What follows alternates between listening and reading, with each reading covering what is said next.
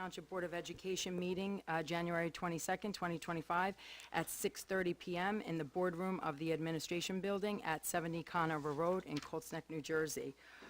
Can I please have a roll call? Yes, you may. Mrs. Denoya. I'm sorry? Wrong one? Give me Apologies. that call-in sheet, I'm gonna rip it up. I apologize, I have an old sheet here. Mr. Rico. I'm present. Mrs. Ramirez. Here. Mr. Rignetta. Acknowledge remote participation tonight. Mrs. Volpe. Here. Mr. Walsh. Here. Mr. Scales. Here. Mr. Scarpa. Here. Mrs. Horowitz. Here. Mrs. Camera. Here. Okay, thank you. Okay, moving on, we're going to go through the legal notice of meetings. Pursuant to the Open Public Meetings Act, Chapter 231, this meeting has been duly advertised in the Asbury Park Press and is scheduled of meetings dated January 16th, 2025, notice of which has been filed with the Deputy Clerk for Colts Neck Township, and the requirements of posting of all notices have been met.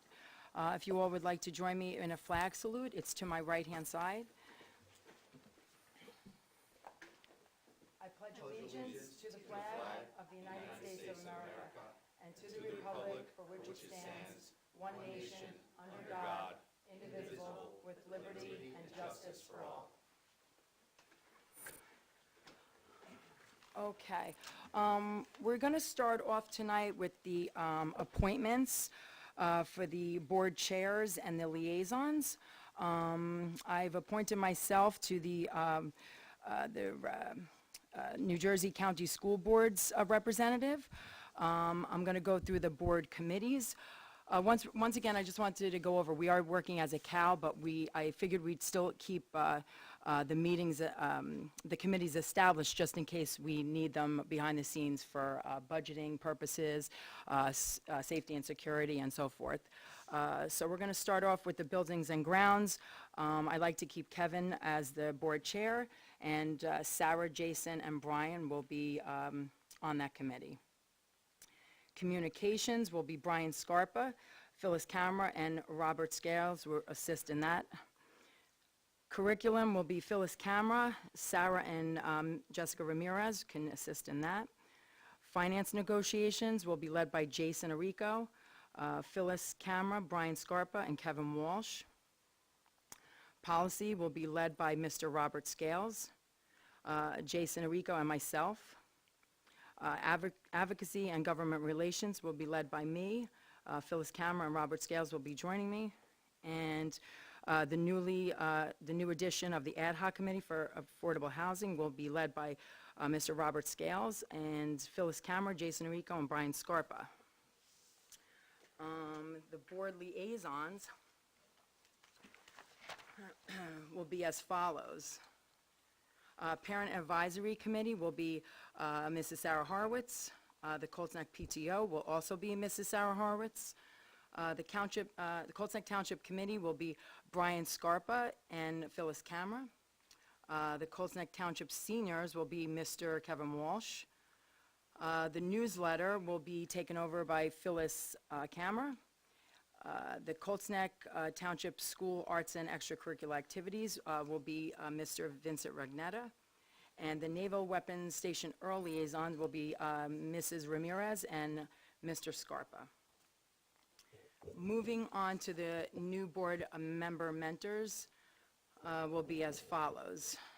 Jason Arico will mentor Mr. Robert Scales. I will be mentoring Phyllis Camera and Sarah Horowitz, and Kevin will be doing mentoring Brian Scarpa. We're going to need a roll call to approve that, correct? All right. Oh, okay, great.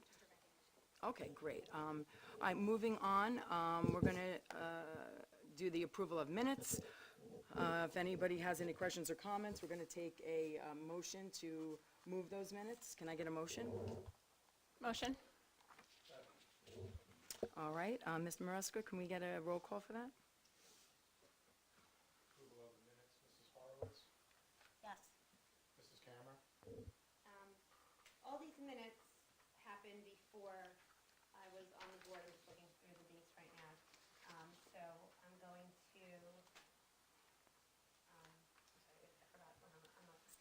Thank you. That's okay. That's all right. Yeah, just to remind everybody, the newer board members, if you weren't here or if you didn't follow along, you have the right to abstain on that vote, okay? Mr. Scales? Abstain. Mr. Arico? Yes. Mrs. Ramirez? Yes.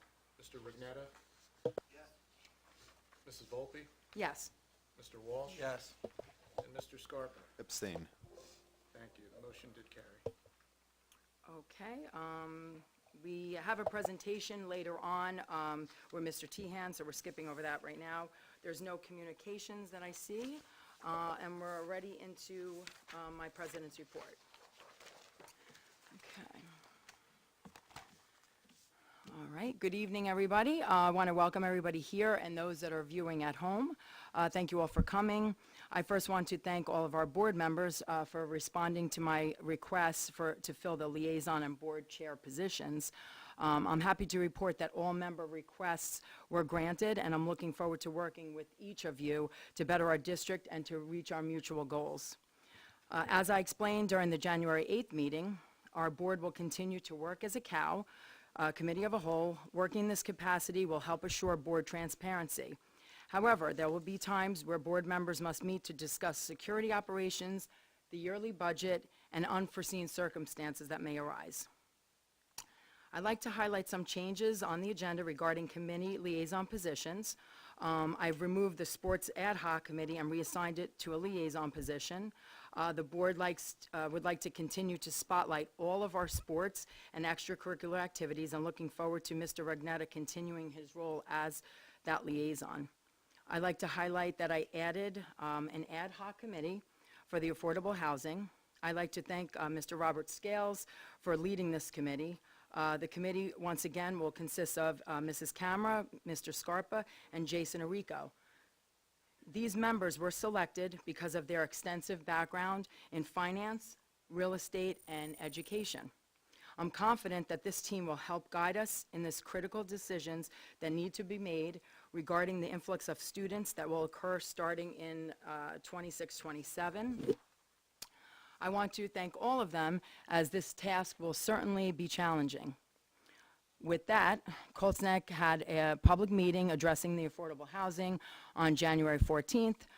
Dr. Garibay, Mr. Walsh, Mr. Scarpa, Mrs. Camera, and myself, we all attended, so we could be updated on any new developments. Let me see. I'm happy to report, after working with Dr. Garibay, all Board of Ed meetings will operate on opposite days of the township committees. We do have the conflict of those 5 that we're currently working on, and that'll be out probably the next agenda. Okay, perfect. This will ensure our community will be able to attend and participate both meetings. I'd like to also highlight the addition of a second public comment section that's been added to our meeting starting this evening. This will ensure that all questions can be addressed on the agenda topics and also after any presentations that are made. I want to thank Dr. Garibay for working diligently so these changes can be made by this meeting tonight, the second meeting of the year. So thank you for doing that very quickly. January's Board of Education Recognition Month. I'd like to extend a heartfelt thank you to all of our board members. With this position comes long hours, countless meetings, and in many cases, it's a thankless job. Our biggest reward is to work with great people to make meaningful impacts on this district for our children. So once again, thank you to my fellow board members who continue to serve this community.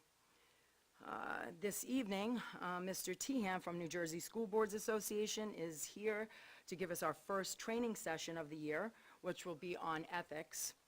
The public is welcome to join us for that. If not, you can leave. I think it's coming after new business at the end. All right. Lastly, today our district was scheduled for the on-site New Jersey CUSAC monitoring by the Department of Education. This evaluation happens every 3 years. As Dr. Garibay had explained, they monitor and evaluate our schools in 5 key components: instruction and program, fiscal, governance, and operations and personnel. I'm sure the day was very stressful for our superintendent and Mr. Marasco, so I hope you survived it, and we appreciate all the hard work. I know this testing evaluation isn't easy for you guys, so we do appreciate all your attention. And I'm looking forward to Dr. Garabay's feedback on how the district did. I'm confident that her attention, experience, and expertise have ensured an exemplary report for our district, and we are looking forward to those results in about a few months. Okay, great. So that concludes my report for this evening. All right, we are going to, moving along quickly, we are going to go to the board chairs. Since this is only the second meeting of the year, the new members that took over chair positions don't feel you need to say anything. I know no meetings, and we haven't had our first cow, so you're welcome to, say something if you have something prepared. We will start with the Buildings and Grounds Chairperson, Kevin Walsh. Yeah, I'd like to just let the community know that we received a rebate for energy savings for energy saving infrastructure project of $371,000 on January 10th. So in total, That's excellent. with the investment in our district and upgrading all our facilities, we've received $530,000 back. Am I correct in that? So it's Wow. paying for itself. It's a big investment, but long-term, it's going to benefit our district, our kids, and our community. The solar installation is ongoing, the roof racks and gas pipes for all the roofs. And we have sound panels in Cedar Drive Middle School. Cedar Drive Middle School gymnasium is looking awesome. I've attended a few events, basketball games. The lighting is great. It's looking really good. And that's it for my report. Okay, great. On the communications, I believe Vinnie was the chairperson at the time at the end of the year. Mr. Scarpa's taking over, so you're both welcome to, say something at this time. Thank you. Yeah, from a point of communications, key to our program and our new year is transparency. So we are here to serve the town. We look forward to working with you. We have opened up the second portal of public communications at all of our meetings as described by Ms. Philby. So we do encourage communications and feedback. It is our obligation, our intent to get back to the public in an efficient manner. So we look forward to working with you and work through those feedback opportunities, because we do believe in that level of transparency. We do believe in constant and frequent communications, and that is why we're opening the door to new liaisons, specifically around the new build-out programs and for maybe 5 phases. So communications will be key. It'll be a cornerstone of our go-forward strategy. And if there's any questions or concerns in this matter, please do not hesitate to reach out to the board from a point of communications. The website, we will be developing our website that we heard you. This is what we heard, a conversation portal. And if you would like to contact us, it will be pressed, and we're going to work with the infrastructure team to build out that portal of communication. So if you happen to see something, you want to talk about it, please don't hesitate to reach out to us. That is why we're here to service. Thank you. All right. Thank you, Mr. Scarpa. Mr. Ragnetta, would you like to add anything? Nothing really to add. I just want to say, definitely looking forward to working with Board Member Scarpa and all the committees as we work as a committee as a whole. And looking forward to the new website and notification system that should be hopefully going out this year. So thank you all. Great, thank you, Mr. Ragnetta. Moving on to curriculum, Mrs. Kammer. I'm just very excited to be on the curriculum committee, and I look forward to working with Erica Reynolds, as well as our entire Board of Education. All right, thank you. Finance, Mr. Arico. Yes, I'm looking forward to working with the superintendent and Mr. Marasco and the finance committee in hopefully achieving another 0% tax increase for the taxpayers of Colts Neck. And I'm looking forward to negotiating contracts and reviewing RFPs with everybody. Okay, thank you very much. The Policy Committee, Mr. Scales and the former Policy Chair, Mrs. Ramirez, you're welcome to both say something. So we did not meet since our last meeting or since last year, as everyone's aware. I did reach out to both Board President Angelique and our superintendent this week with some concerns, but my understanding is Mr. Scales is going to be touching on some of those things tonight anyway, so I'm sure he'll take the floor at some point tonight and discuss some of those concerns that I had. So. Yep, absolutely. First of all, thank you for this appointment. It's an honor.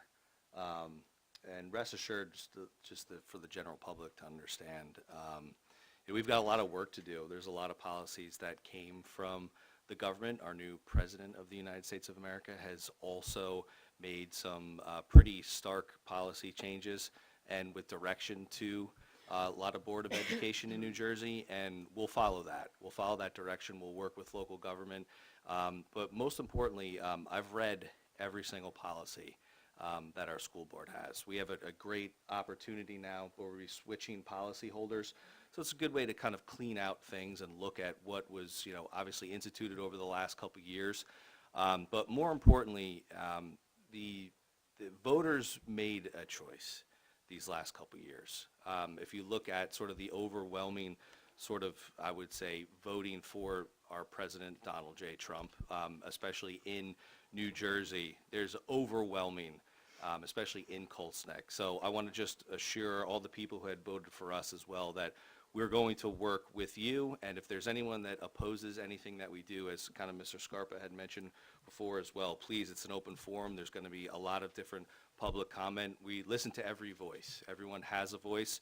I had mentioned a long time ago when I was here at a meeting, we the people, we're here for the people, so we want to hear what your voice is for the policies. So Mrs. Ramirez concerns as well too.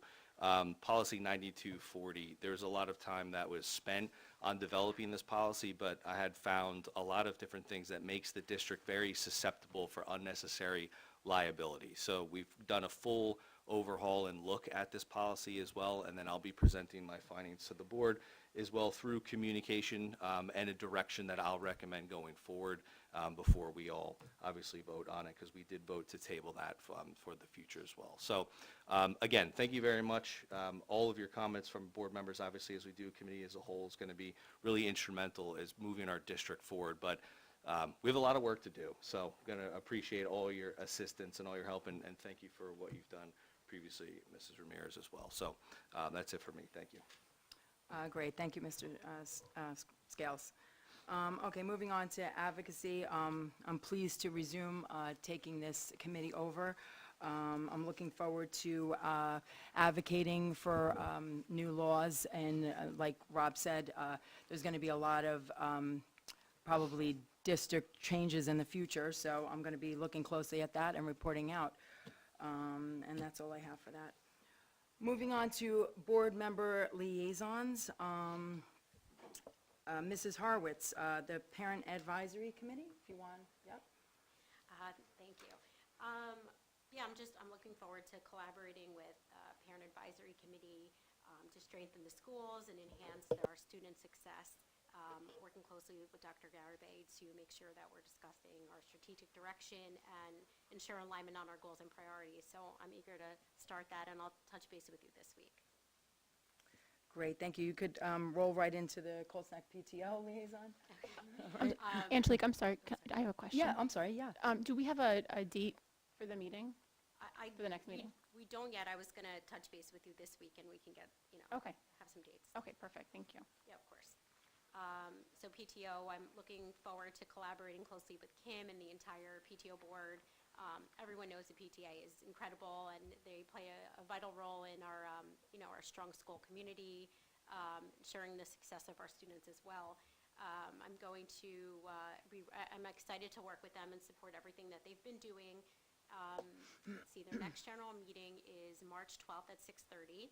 Some key upcoming events is the 41st annual gala, which is on March 21st at the Southgate Manor.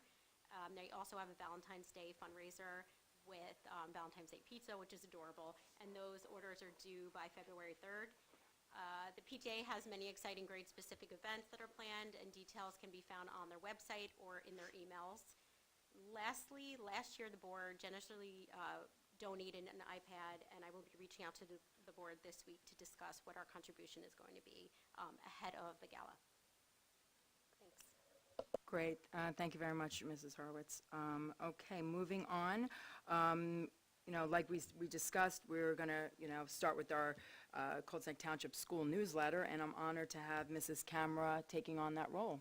Thank you. You're welcome. That will be part of our work in communication, so I'll be working closely with Brian Scarpa with that. And right now, we are thinking about trying to do one seasonally, so it'll be about 4 per year, and we will be drafting it shortly. So thank you. Great, thank you. Okay, Mr. Rugnetta, would you do your liaison position for the sports and extracurriculars?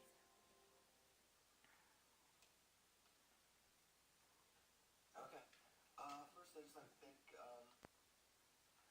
President Angelique Volpe for keeping this focus with the board, but now as a liaison position, which I do think it works better with, and we're able to put forth to the board and to the public what is going on in our town as far as sports, and we could still also put out there what's going on with the schools as far as extracurricular activities and concerts and so forth going on. I'd like to just let everyone know that the Colts Neck Boys Lacrosse sign up is right now available for K through 8th grade. There'll be 2 practices a week, and the season will begin March 24th through May 19th. There'll be 1 game a week, which will be on the weekends, and the registration is open until February 15th, and the registration fee right now is $125, and you go to coltsnecksportsfoundation.com for more info and to sign up.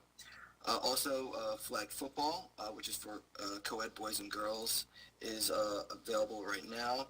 Right now, there's 50 spots left. As of January 17th, we got the notice that there was 50 spots still left, and that, of course, is kindergarten through 8th grade. And I believe this in high school as well, too, but I would email them to look for more information at.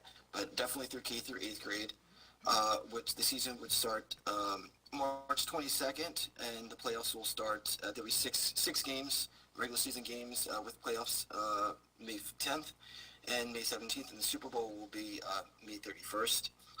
Right now, there's a registration fee right now through February 15th is $185. And again, go to coltsnecksportsfoundation.com to sign up. Baseball sign up is available. Right now, it's $195 through February 7th. And the early, which is early bird, sign up February 7th, and there's no volunteer fee this year. So there used to be a $100 volunteer fee, and that has now been waived. So hopefully that'll entice more people to sign up, which would be nice. And right now they're taking registrations for kids born August 21st, August of 2021 through September of 2009. If you're born through that time period. And that's it for now. Thank you. Great, thank you for that. Oh, I'm sorry. Opening day will be April 5th. Opening day is May 5th. I'm sorry. April 5th is opening day, and usually goes through the 3rd weekend in June. Sorry about that. Thank you. Great, thank you, Mr. Rugnetta, for that very detailed report. We really appreciate it. Okay, moving on for the Colts Neck Township Committee, Mr. Scarpa? Yes, thank you. A key to us is the communications with the town. I'm very happy that we have coordinated our calendar to not conflict with the town committee. So we do encourage both board and public participation in each other's meetings. So we look forward to the next meeting on January 29th for a key piece of the build-out program. Phyllis, Ms. Camara, I refer to you. Is there anything am I missing? No, I think that's everything, and Brian and I will be attending those meetings to the best of our ability. At least one of us will be there, so. Perfect, thank you, yep. Mr. Walsh, the senior? Yeah, we have a new president, Ray Chabelle. I should say Judge Chabelle. I've known him for 30 years. Great man. He's taken lead of the president of the Senior Citizen Association. He's got a great service record to our town, Colts Neck Fire Company, fire police. He's out day and night, aside from running a big law firm and being a judge. I spoke to him at length. I really want to encourage senior citizens to attend our events, which Dr. Garabay is working on, in collaboration with Dr. Rigby. I furnished the phone number to Dr. Garabay, so you're going to reach out. I think we're going to have a great response by our seniors from our conversation. I also encourage the senior citizens to actively attend our meetings. I told the judge I attended the meeting on January 14th. Most of the people in attendance weren't parents. They were senior citizens. We had over 150 people attending. And it's going to be a big impact to affordable housing. And specifically, our leadership as a Board of Education and making sure we properly educate all the kids coming in our district. And the seniors are significantly impacted by taxes. So I told them, come to the meetings and talk to the Board of Education. We're here foremost to make sure our kids have the best education, number one, but we want to have them as a participant and communicate how they feel about what's going on in our town. Great. Thank you, Mr. Walsh. I'm so pleased that you really care so much about the seniors. Yeah, oh, is that why? The fact that you really go above and beyond to include them in our school community is amazing, and I really give you kudos for putting that time in. So, thank you. Mr. Scarpa and Mrs. Ramirez will be the liaison to Naval Weapons Station Earl. We have 2 liaisons. This department is very, very dear to me, and Mrs. Ramirez did a fantastic job being that liaison last year, and Brian is very, very supportive of our military families, and I thought you two would make a fantastic team in advocating for them, and I'm looking forward to both of you doing great things for that community. So either one of you, you're both welcome to speak during the meeting. And Did you want to say anything? Yeah. So thank you, Angelique. I just wanted to say I'm happy that this is, the liaison was actually appointed prior to the adoption of the policy, which is on the agenda for tonight for us to vote on. I believe it was inadvertently left off for us to vote on during our last meeting, so I'm happy to see it back on the agenda for this evening. We're excited to work with Ida, who comes to all of our meetings religiously, and the good work. And so, as you know, Ida, if you have any questions, concerns, comments, you can always bring them to our board, and I know I'm certainly excited to be working with you. Brian? Likewise, it's very nice to meet you, and feel free to contact me with any questions you might have. But I look forward to working with you and establishing this relationship for the benefit of the school board as well as the Naval Weapons Station. Thank you. Okay, the last one, the State and County School Boards Association, which is myself. I just want to remind the board members to please make sure that you registered for your governance 1, 2, or some of us may be in our 3rd training session. Mr. Marasco will be happy to set that up. There are several options to do it virtual and live in person. Also, please remember to fill out your financial disclosure forms that went out via email. I believe it was December 13th. Don't quote me on that. That is due by April 30th. If anybody has an issue, Vince makes himself very available to help us with that. Just not to be repetitive, but Mr. Tian is here. We're having our first board training course, and the public is welcome to stay. March 21st, the New Jersey School Board Associations is having their annual Women's Leadership Conference. It will be held at Mercer County College from 9:30 to 3:30, if anybody would like to attend that. And once again, I know I said this earlier, but January is School Board Recognition Month, and I'd like to recognize all the sitting board members and thank them for their dedication and commitment to this district. And that is all I have for that. All right, which brings us into our superintendent's report.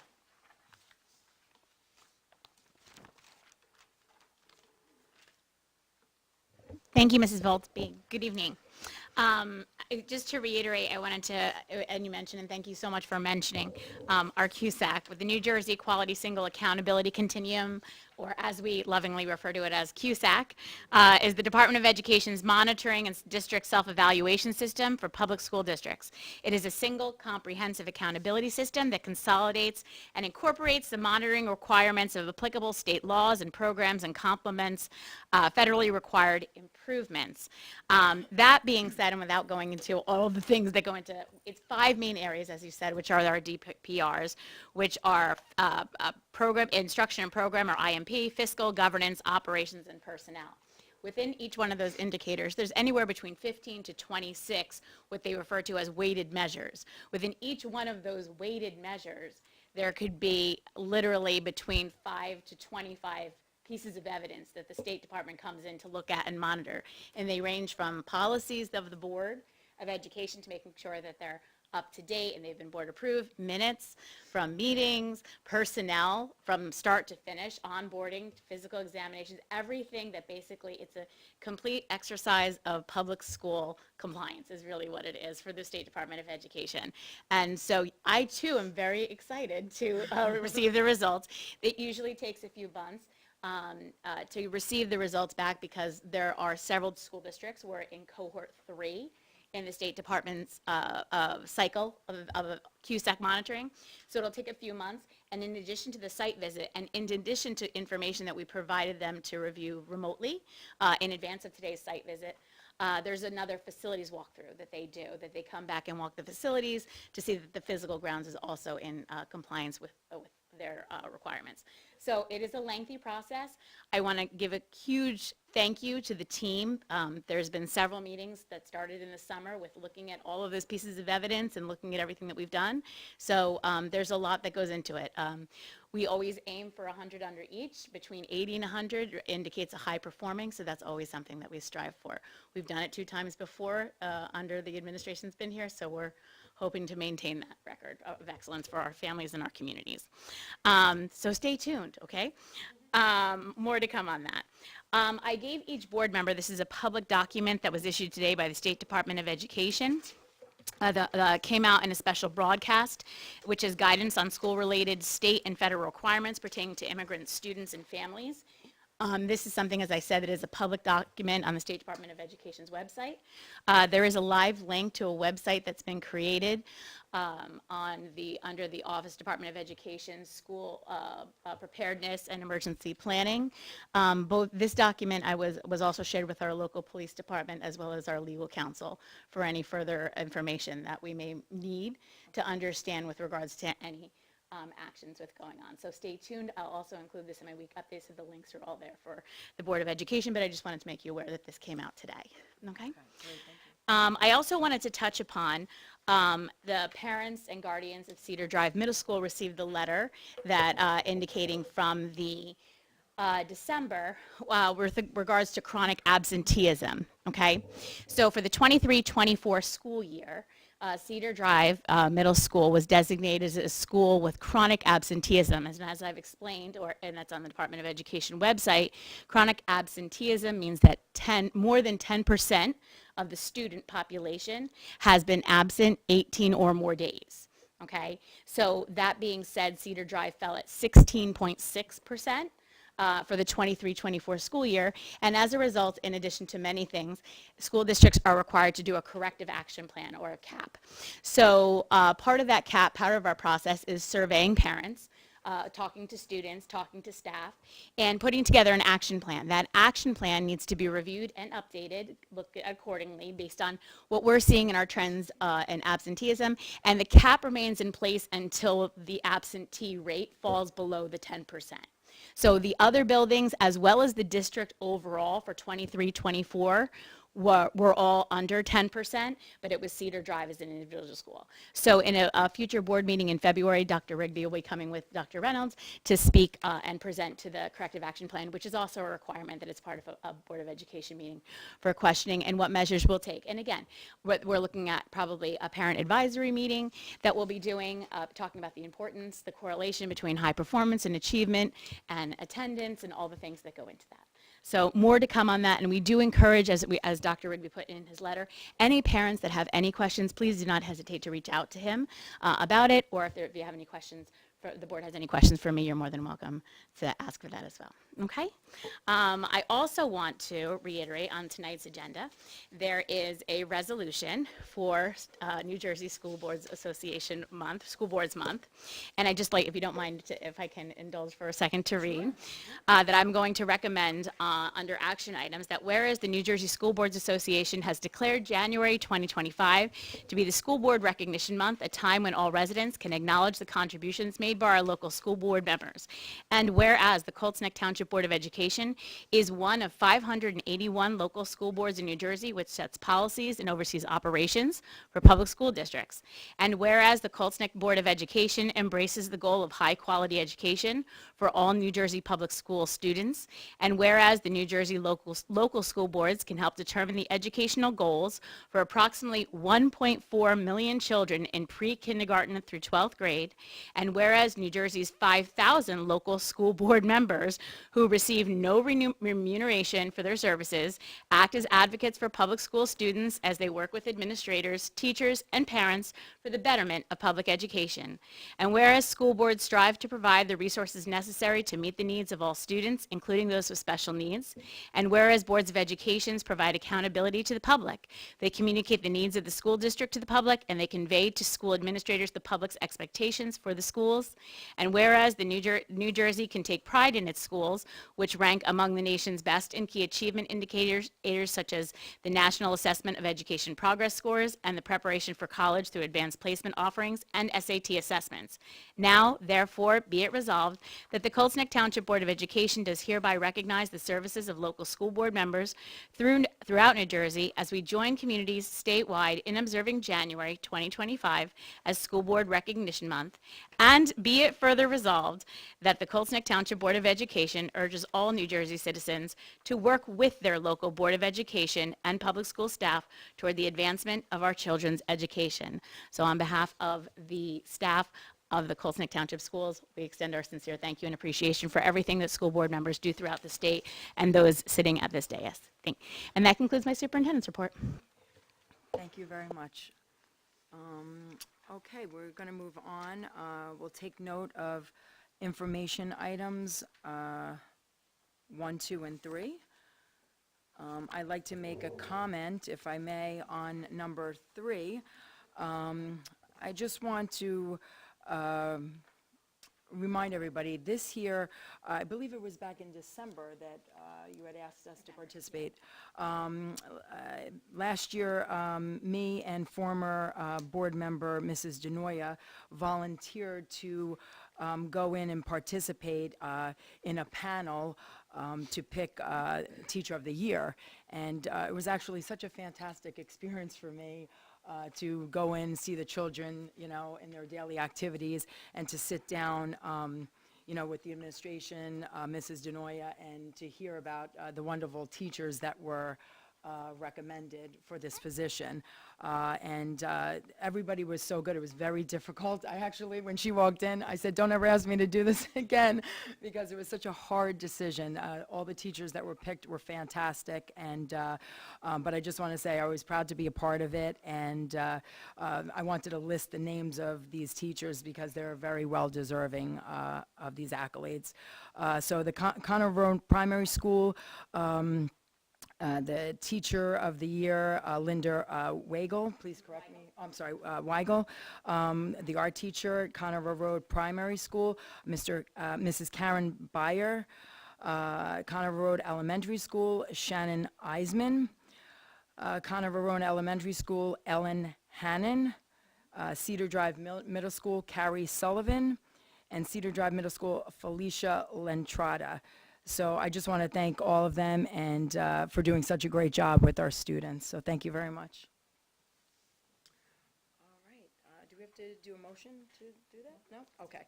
So moving on, we're going to start taking comments from the attending constituents. You're welcome to come up to the podium. Just state your name and address for the record. And anybody's welcome to come up at this time.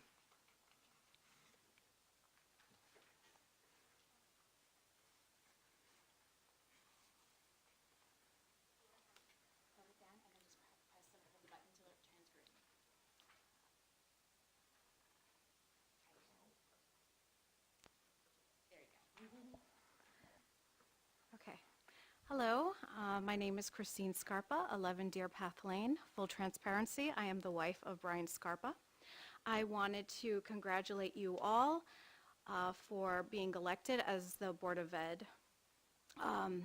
This has been a very lovely meeting. You all seem to be working cohesively together, coming together for the benefit of the children. You have a mandate by the Colts Township, and being who I am, I will hold my husband very accountable, as well as all of you, to ensure that you use the Colts budget wisely, to ensure that it is used accordingly to promote and foster the best education possible, to move our school district to even higher standards, bring it to a blue, what is it? Blue ribbon school district. Thank you so much.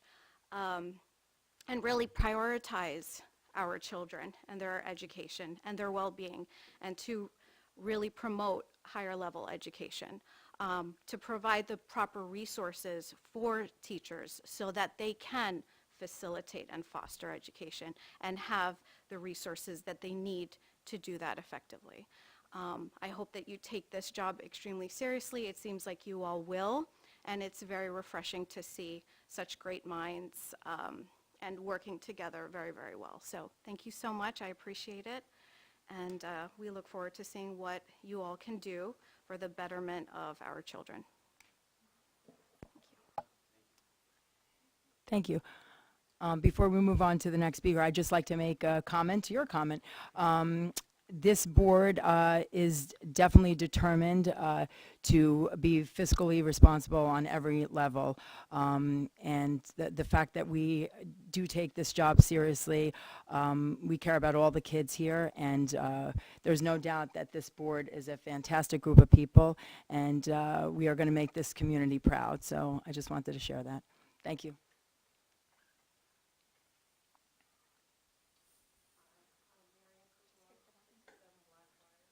Mrs. Kukula, can you, yeah.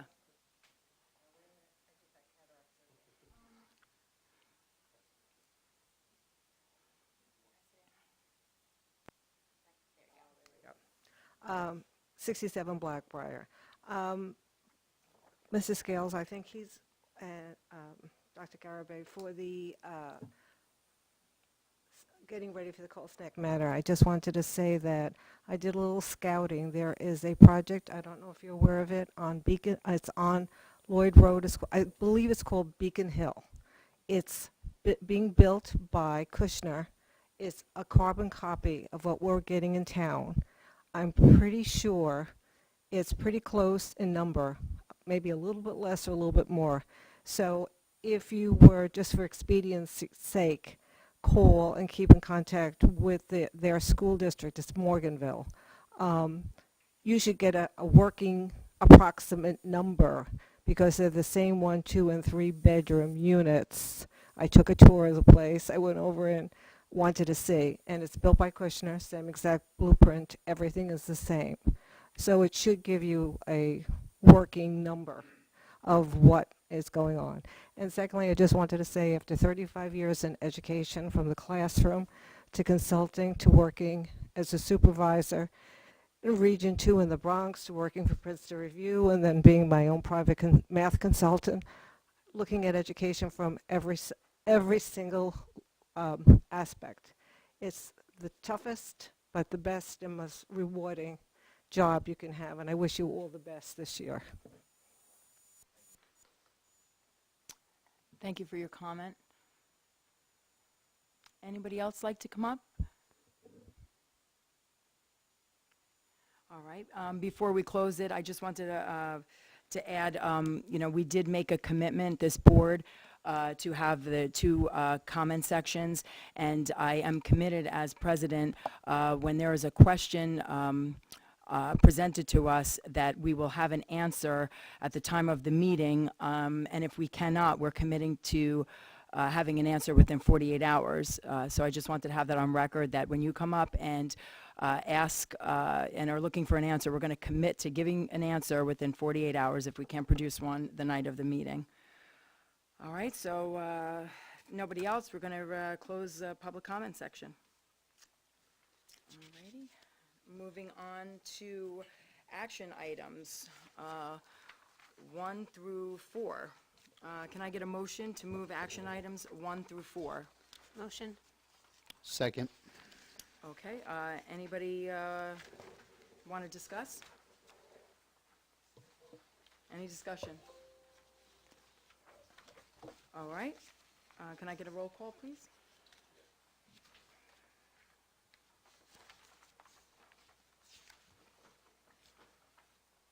On superintendent action items 1 through 4, Mrs. Horowitz, Yes. Mrs. Camera, Yes.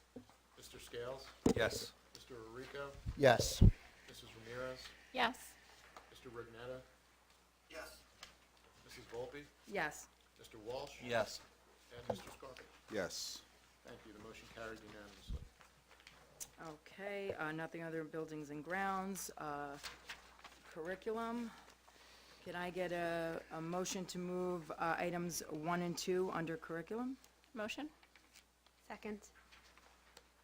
Anybody like to discuss?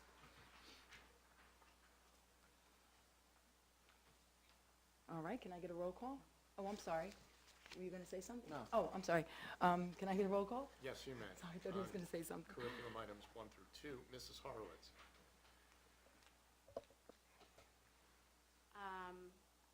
Yes to 2. I'm going to abstain from 1. Thank you. Mrs. Camera, Yes. Mr. Scales, Yes. Mr. Arico, Yes. Mrs. Ramirez, Yes. Mr. Rignetta, Yes. Mrs. Volpe, Yes. Mr. Walsh, Yes. Mr. Scarpa. Yes to 2, abstain from 1. Thank you. The motion carried. Okay, can I get a motion to move items 1, 2, 3 under finance? Motion. Second. I had a question. Yeah? On number 3, I was just curious about the criteria that our facilities manager used to evaluate and select Troller Electric as the vendor for the project.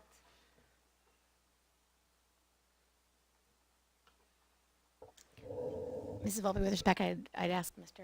Marasco to answer that question. Is that Oh, okay? yes. Okay, I perfect. thought you were just going to. Do I have to tell you to? No, I usually- I am so sorry. Yeah, can you answer that for us? I'll do my best. Thank you. It's, the criteria is used like any other criteria in selecting a vendor to do contracted work. He contacted colleagues in the field who have used this vendor and gotten information from the Ed Services Commission of New Jersey, which is the administration organization that carried out the bid that this company has been awarded with. And do we know if there were other bids, or like was this the lowest bidder? We And have other quotes. It didn't require formal bidding, okay, formal advertisement of bids. okay. And in the future, is there a way that as a board we can just get more like oversight of vendors? Like I remember when he came and he did a presentation. Is that something we can see more of before we select the vendor? May I? So one of the things that we do is we work in the Ed Services Commissions, and we work with them as, if we're a part of them as a district, as a Board of Education. They actually are awarded a contract to go out and get lowest bid. So when they are actually doing our bidding processes, they go out and vet it out for us. It's a service that we're a part of. So when anyone is recommended through them, and if we're looking through, if they're under a state contract is what they refer to it as, it means that they're working with us to provide us a service that is more competitive than if it was the private sector. Okay. So that's what the Ed Services Commissions do for us. Great, thank you. You're welcome. Appreciate that. Okay, anybody else have questions or comments for items 1, 2, 3? I just had one question from a point of communications. It's a total amount, 38,000 and change. It's budgeted against the fiscal year 25. Was there a separate line item associated with this, or is that in a general account that it draws from? Just for my own edification. There were, I believe, 1 or 2 specific line items in Fund 12 that accounted for the $40,000 budget. Okay, so it's within the budget, it's on the budget, actually. Very good, thank you. Yes. Okay, anybody else? Okay, if not, we'll take a roll call. On finance items 1 through 3, Mrs. Horowitz, Yes. Mrs. Camera, Yes. Mr. Scales, Yes. Mr. Orico, Yes. Mrs. Ramirez, Yes. Mr. Rugnetta, Yes. Mrs. Volpe, Yes. Mr. Walsh, Yes. Mr. Scarpa. Yes. Thank you. The motion carried unanimously. Okay, can I get a motion to move items under policy 1 through 3 under policy? Motion. Second. Any discussion, comments? May I just add one comment? Absolutely. With the changes to the liaison positions and the changes to the ad hoc and the extracurricular, for the 5th, there'll be some first drafts that I'll be working with the policy through send first, but they'll appear for revisions, which will edit, as I mentioned, Regulation 0155, which lists the charters. So we'll be putting together some language from that and hopefully get some first reads for that with working for the board for the 5th meeting on the 5th. So, just a FYI. No, thank you very much. Anybody else want to comment on those? Angelique, may I? Yeah, absolutely. So I'm very happy to see that we have a second comment section added to our meetings. Hopefully it's well used. I know that this is actually a pretty good turnout for our meetings. So hopefully our constituents feel welcome and able to stand up and have that second opportunity after we give our presentations for in the future. I know sometimes there's been constituents that want to comment when people give the presentation, so I think it's a great addition. That being said, I just want to note that I'm not in favor of us suspending our bylaw. I know it's obviously well within our rights and in accordance with Robert's rules and orders to do so. I do believe that that should be done so for emergency situations only, and I don't believe that having that second comment section tonight was for an emergency purpose. Again, I'm very happy that we're adding it, but suspending that bylaw, I think it just opens the doors to a slippery slope for not only this board, but for future boards, right? Because we set a precedent for future boards, and in having the ability to be able to suspend a bylaw for something, again, that's not an emergency reason, I think it opens the doors to suspending that bylaw for the same reason for having it be a first read. And as we're all aware, there was a second read for one of the policies that was tabled last meeting. So had we suspended that bylaw back in December, we could have pushed that through before a new board came on, and we wouldn't have had the opportunity for us as board members, and also for our public to have the ability to comment on that and say their piece on it. So again, I will be voting in favor of this because for the item number, for the purpose of changing the conduct of the board meeting, again, I'm happy that we're having that second comment section. Just wanted to put on the record, not happy with us suspending a bylaw for that. Thank you. Great, thank you. Anybody else like to comment? Okay, seeing none, can I get a roll call? Motion. Did I motion already? Yes, we have a first and a second. Okay, sorry. Robert Scales and Phyllis That's okay, Camera. all right. Mrs. Horowitz, Abstain. Mrs. Camera, Yes. Mr. Scales, Yes. Mr. Orico, Yes. Mrs. Ramirez, Yes. Mr. Rugnetta, Yes. Mrs. Volpe, Yes.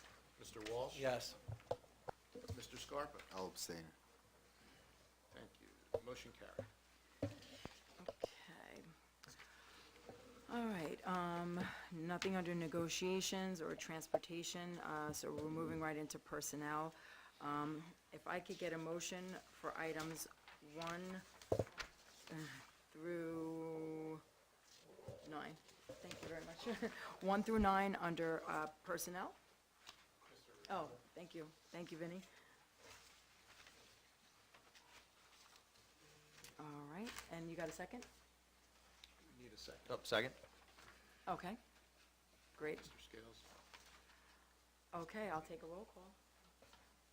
Oh, I'm sorry, we've got comments on this. Anybody have anything to say? Comments, questions? I just want to point out on that personnel number 1 recognizes Mr. Andre Rodriguez, who will be retiring from the district as a maintenance worker after 28 years of service of maintenance. His expertise in plumbing, HVAC, he has been a gem for this district for a really long time, and we are certainly so happy for him and want to wish him the best in his retirement at the end of this school year. Boy, will he be missed. So on behalf of all of us, I want to wish him the best of health, happiness, and just relaxation, and hope he doesn't have to fix anything for a really long time when he retires. So I just wanted to recognize that on the agenda for this evening. Great, thank you very much, Dr. Garabay. Okay, if there's no other questions or comments. Just one comment, I'm so sorry. Sure, go ahead. Yeah, along that same point, in number 1, you're talking about an individual who's been here for 28 years. That's a tremendous amount of enterprise knowledge in that space. So whenever I do an exit interview with my employees, I certainly look to say, what are some of the takeaways? So just for my own edification, what is the dialogue with someone like this who's been around? He actually knows about all the skeletons in our facilities and stuff like that. And what's the go-forward strategy for setting up someone new in this space? Because 28 years old, someone coming on board with 1 or 2 days. So what's that transition like? Absolutely. So there are many facets of this job that I enjoy so much, and one of them is onboarding teachers, and then when you get an appointment calendar where you have someone like Mr. Rodriguez who is coming in for an appointment that you don't see on a regular basis, you know what it's about. And so we take an opportunity to speak about that, about experience, and hopes for the replacements and positions and goals. So we spend time together in retirement conversations when notifications are given. And then we work with the facilities manager for the needs for the positions. There's always opportunities with personnel for discussions with regards to structuring and different things, thinking about things. But obviously there's a skill set, right? And sometimes when you're looking at different perspectives, whether it be custodial staff, bus drivers, maintenance, those kinds of things, you look for a certain skill set, and sometimes you have to look far and wide for it and contact multiple areas of medias for advertising. School boards does a nice job for us. You can websites. So it's really kind of reaching as far as we can to get our best candidate. Obviously experience and history of the district and the operations and the systems and things is something that someone new won't have, but we hope to bring them in with transition and also maintain the staff we have who have also been here for a couple years that can bring in and have almost like a mentoring or shadowing for a little bit as they're coming on and they learn. We try to look for people who work with wells, right? And that's a big one that we try to work with, find, and HVAC knowledge. There are different attributes of staff in maintenance and custodian. We look for strong points, for different things that service our needs. You're welcome. Great. Anybody else like to say something? All right, if not, we'll take a roll call. Yes, on personnel items 1 through 9. Mrs. Horowitz? Yes. Mrs. Cameron? I'm going to abstain from number 4 and yes to everything else. Thank you. Mr. Scales? Yes. Mr. Orico? Yes. Mrs. Ramirez? Yes. Mr. Rignetta? I'm going to have to recuse from number 6 through 18 to my employment of New Jersey Department of Labor, Family and Disability, but yes to all of the others. Thank you. Mrs. Volpe? Yes. Mr. Walsh? Yes. Mr. Scarpa? Yes. Thank you. The motion carried.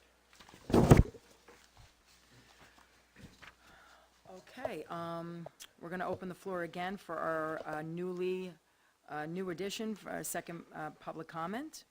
Welcome to come up to the podium, state your name and address for the record. Sure.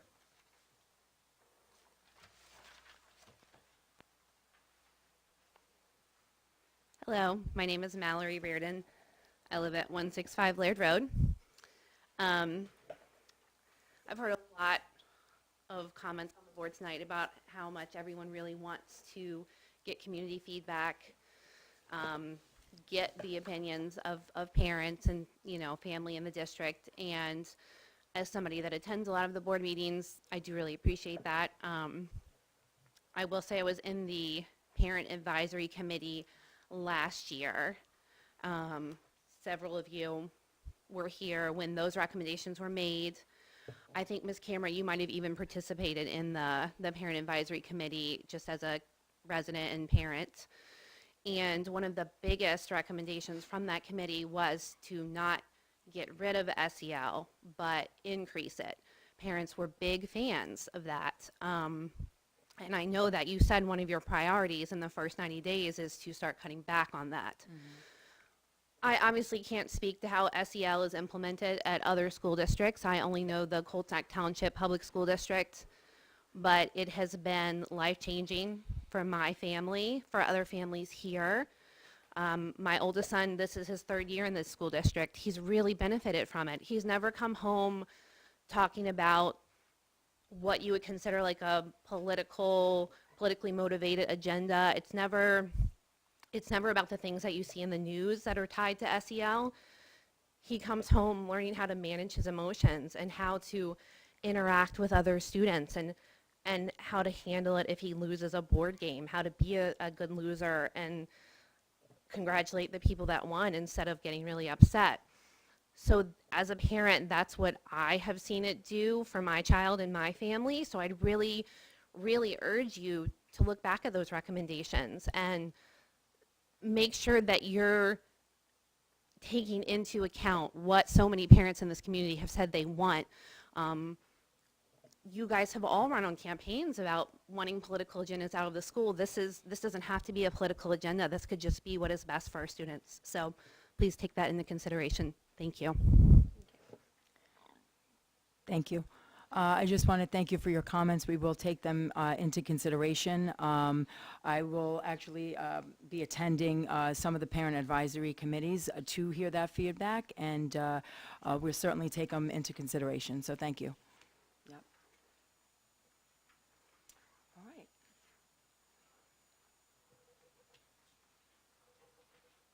Hello, Christine Scarpa again. I appreciate your comment, where I do also feel that focusing on mental health and the ability to navigate one's emotions and one's feelings is extremely important. So investing in that for our children is extremely important. But for number 2, under personnel, as a parent who has a child in the school district, I constantly look for after-school activities for my son, and the school does provide a nice variety. However, I have seen a lack of like reading programs. I see a lot focus on math. Am I just not looking correctly, or is there an option for like young learners who are experiencing challenges in reading and writing? Is that an option to add to after-school activities? Yeah, go ahead, and then I'll make a comment, but yeah, absolutely. So one of the things we did when we received a lot of additional funding as a result of pandemic, ESSER funds, ARP funds, different things, so we invested heavily in the after-school programs as for that type of remediation, very targeted in terms of whether it was a certain skill set in reading, mathematics, we did science, we did a couple different things. There's a lot. We do a lot of, so there are opportunities. These are more like a club, which is more like an extracurricular type of thing. That said, though, we do have academic-based after-school programs. And we used a lot of federal funds that aren't available for those anymore. That said, the answer is yes. Are there opportunities? Most of them are usually during the day through a targeted intervention program, through identification of our matrix, through that type of thing. Like IEP? Nope, it does. They Okay. don't have to have an IEP for it. It's for general Okay. education students. So if you haven't received anything like that with regards to academic progress or as you've been monitoring, please don't hesitate to reach out to your child's teacher. Okay. Start there, and then because there's several different tiers of intervention that we offer based on what a child needs needs at any moment in time. They might need a little bit of support for a certain skill, or they might need more long-term support, which is also a different conversation. So definitely start with your child's teacher. And then sometimes students are directly recommended for programs, things like Summer Bridge, which we've done in the past. While it's open for all students, we've made specific outreach to families for students who we feel will truly benefit from the program. So start with your child's teacher, and then we can go on from there. Awesome, thank you. You're welcome. Great thing. Actually, it was more appropriate for you to address that. I was just going to make a comment that it was more like a fun club thing, but you took care of it very nicely, so thank you. Anybody else like to come up and make any final comments before we close public comment? Okay, we're going to close public comment. We're going to move on to our new business section of the meeting. Just to let the new board members, new business, you could pretty much bring up any topic or concern that you have, any ideas, any issues that you want to address. Now would be the time to do it. So I wanted to bring up screen time and Chromebooks. Okay. Okay? I've heard a lot of concerns in the school district when it comes to parents and their kids using the Chromebooks in the school systems here. So what constitutes as screen time? TV, video, tablets, smartphones, gaming, and computers. The CDC recommendations for screen time by age group. Children 2 years of age and younger, there should be no screen time at all. 2 to 5 years old, no more than 1 hour per day, co-viewing with a parent or sibling. 5 to 17 years old, no more than 2 hours per day. The CDC screen time statistics. Now, this is right off the CDC website. According to the Kaiser Family Foundation, kids ages 8 to 18 now spend, on average, a whopping 7.5 hours in front of a screen for entertainment each day. 4.5 of those hours are spent watching TV. Over a year, that adds up to 114 full days watching a screen. That's just the time they spend in front of the screen for entertainment. It doesn't include the time they spend on a computer at school for educational purpose or at home for homework. And I just wanted to point out the negative health effects on screen time. And if any of this sounds familiar in today's society, I think it's not going to come to a surprise to any of us. Digital eye strain is a group of related eye and vision problems caused by extended computer or digital device use. Symptoms include eye discomfort and fatigue, dry eye, blurry vision, and headaches. Excessive screen time, like the 7.5 hours that they get per day, leads to problems in social emotional development, including obesity, sleep disturbances, depression, and anxiety, which is rampant in today's society between children of the ages of 8 and 18. No surprise. It can impair emotional comprehension, promote aggressive behavior, and hinder social and emotional competence. Screen time overloads the sensory system, fractures attention, and depletes mental reserves. Everyone knows, and the CDC recommends, kids get at least 60 minutes of physical activity each day. The time kids spend watching TV, playing video games, surfing the web is time they could be physically active and having more face-to-face interaction with peers, which promotes healthy mental, social behaviors. And to the Colts parents, I just wanted to say I hear you loud and clear on this issue with the Chromebooks. It is a top priority of mine, and I will work with everyone on the board and in the administration to make the necessary changes as soon as this upcoming school year. So, and the references, you can read this for yourself. It's at the cdc.gov, nih.gov, and the osfhealthcare.org, so for your references. And I think that teaching would be way more consistent if there were pieces of paper, pencils in front of the children, and the teachers teaching on the school board in front of the kids, the chalkboard back, when I went to school. But I think that would be way more advantageous. And then there would be, I believe that would create consistency.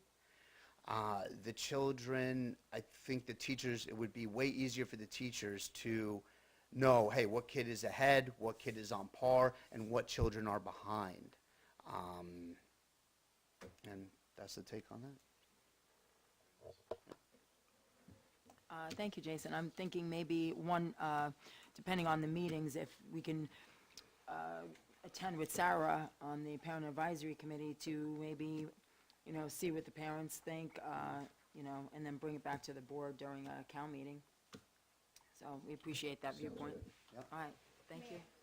Yes. May I also recommend through curriculum, getting teachers' opinions and value, and of their teaching practices and the resources that are available to do, that we utilize, with regards to the tech use, and also like having, I think, teacher input as a resource for how they teach, I think is also something, an important perspective to also bring to the conversation as well for consideration. So maybe that would be something Okay, that sure. Yeah, I the think board it's, would also it's gonna want to be, look at. Definitely a thing that, we have to get different viewpoints, of course, so we'll move forward on it. And then I just wanted to also point out, I'm sorry, under action items number 3, we did approve the board goals today for Oh, great. 2025. They were on there, and so I spoke to Mr. Capassa, they'll be on the website tomorrow. Oh, great, thank you. Great, thank you very much. Okay. Anybody else with some, I'm sorry, Vinny, I didn't see you. No worries. Please, go ahead. I thank you. I just want to piggyback off of that. Dr. Garabay, off the top of your head, do you know if there's any, because I don't remember off the top of my head, do you know off the top of your head if there's any mention in any of the SEL programs throughout the grade levels talking about how children should limit their screen time as part of social emotional learning, limit their screen time? Off the top of your head, do you know if that's in the curriculum for the SEL? I think with regards to the SEL program, I think that what the references made regarding mental health are usually on social media, phones, and those types of things that are not the research that has been brought to my attention and that I've also looked at as well, isn't necessarily related to educational use. While educational use is considered a screen time, it is. It's not necessarily anything that I've been privy to with regards to the contributions of anxiety or the other issues that have been linked to accessibility to information that may or may not be monitored at home, frequency, that immediate gratification for information, connectivity, not, you used to not find out till Monday mornings that you weren't invited to the sleepover. Now you see all the social media posts that you weren't invited to, and that definitely is something. And as the more a child has access to those screens that demonstrate or may have invoke those emotions, then that's the type of thing that we were talking about. So helping students to navigate those things.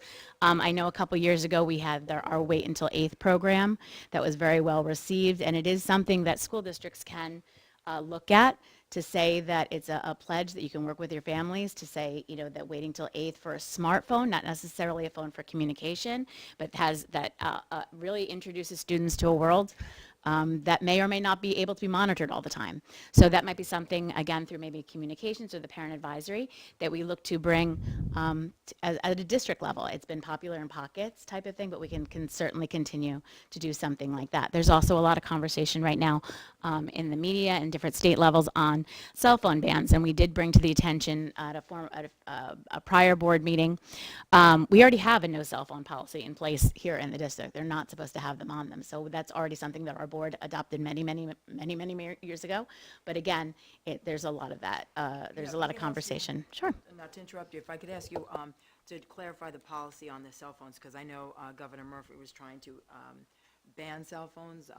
I'm in disagreement with that. I do believe cell phones should not be anywhere out in a classroom, but I do not believe they should be banned. A child should be able to take them to school. So our policy is they're allowed to bring them in, but they're supposed to be put away in lockers, correct? Correct. They're not supposed to be used. Yeah. I mean, I think that's a practice. I think it is that they're not supposed to be around it, but the practice is that we understand and we've partnered with families and things, but the policy is non-use of any electronic communication devices, which includes recordings or anything like that, tape recorder, anything like that would, to your point, they're not in use. That's really what the main focus is not in use. Okay, I agree with that. And you find the district, everybody works according to that policy. The kids. I didn't say that, Mrs. Volpe. No, I said, Well, I'm just thinking, because I do agree cell phones are very disruptive. I certainly teach my daughter to have the phone. She is allowed to, just God forbid of any type of school emergency. As a parent, I'm comfortable with that. But if she's ever caught with it out, she knows the ramifications. And I'm hoping most parents would teach their children, you have it, and you have to respect the law of the school, respect the teachers in the classroom. So I'm just curious if the teachers do have a problem with that, if there's a problem in this district. so I think that I think I can get information, more information, specific information on specific issues that we run into. Many times it's social media, checking your Insta, checking your this, checking your Snapchat, those type of things. When you say issues, I think that if you're talking about specifics, have we run into situations that happen more or less outside of the district, but then the complications and the ramifications are brought into social circles within the district. And so, for an example, something may have said or not have been said, investigated, reported through Snapchat, it's brought into the district because it's carrying over, because the tensions that are created as a result of the act are then need to be dealt with through the school. And that takes time to investigate, that takes time to work through, and we partner with our, sometimes local law enforcement needs to be involved in that as well. So there are a series of actions that take place based on social media, which is really the baseline for that wait until 8th, that they developmentally, they might not be ready to handle the responsibility of that access that they have. We are currently also partnering for some parent academies for the spring. And last year, the Monmouth County Prosecutor's Office did a really nice presentation for parents, and we hope it's even more widely attended this year. This is when we're able to do it, which is on cell phone and dangerous apps and things. And many parents left that parent academy saying, my child is never getting a cell phone who attended. So we're going to be looking into that as well. So we're just waiting on a date back from that person. So I hope that answers your question. Yeah. I can comment that too, Ms. Volpe. Like most policies in the district, our, Colts Neck policy is fair, right? We've done a great job over the last couple of years. Governor Murphy's is merely a recommendation to the state government to move forward with a full ban on it. From what I've read so far, like most of Governor Murphy's policies, it's a tyrannical overreach. So what it's designed to do is make sure that a student is not able to have a device on them at all in any time. So for example, if you were to go to an after-school activity, most of our children have cell phones with them, so they can contact us when they need to be picked up. So obviously when and if it does come down, our committee will fully vet everything before we even come close to instituting anything like that Governor Murphy has his hands on, so. Okay, yep, I appreciate it. Keep us updated Yep. on it, yeah. Will do. All right, Angelique, if I may? yeah, So I absolutely. have a few things for new business.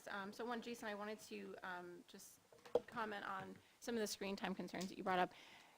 In my research, and we've been dealing with this for the last 2 years that I've been on the board, there are at least nothing that I have ever found on any of the CDC, the American Psychology Association, the American Pediatric Association, World Health Organization. There's nothing that delineates between entertainment and education screen time. So one of the challenges that I found over the last 2 years in us taking public comment and the parent concerns on screen time into account is, where do we go from there? Because yes, we all know what the guidelines are, and we don't want them to have too much screen time.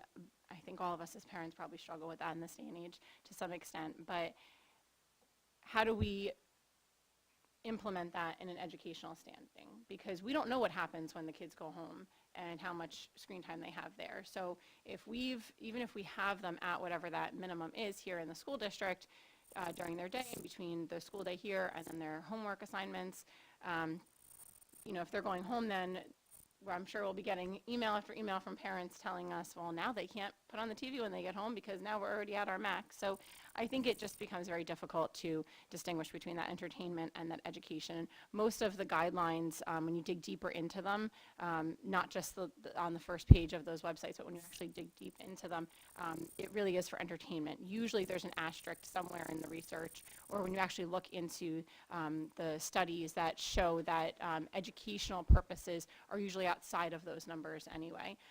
So definitely something for us to be mindful about. I think it, and we've said this now for the last 2 years, it's going to involve more research, talking to our teachers, finding out how it's actually being implemented. And then the other part of that is we're raising these tiny humans to be part of the next generation. I remember when I was a kid, we were told, well, you're not always going to have a calculator on you, so you have to be able to do this math on paper. But I actually do always, in fact, have a calculator on me. So we have to be mindful that when we are teaching our students in this district, that we're doing so with the mindset of technology is only advancing. We have AI now, and that we have to be mindful of that, we need to prepare our students in this district to go on to high schools beyond our K through 8 district here that will be using technology. And if they're not prepared, if they're not able to use Google Teams or Google Classroom or I don't know what else they're learning these days, but anything outside of that, or how to safely use things like AI, then I think we're failing our students. And you know, I know when I was in grad school, we were in the process of transitioning over from paper tests and Scantrons into everything being digitalized, because our board exam is on the computer. And so what our professors did was they had all of our tests for 3 years, everything was taken on a laptop, because we had to know how to sit in a small cubicle and take our board exam on a computer. And it's very different than taking an exam on paper and pencil, if you've ever had to, you know, switch between the two. And so we have to make sure that we are preparing the students in this district for the future, which is unfortunately or fortunately, depending on what you think of it, probably a little bit of both.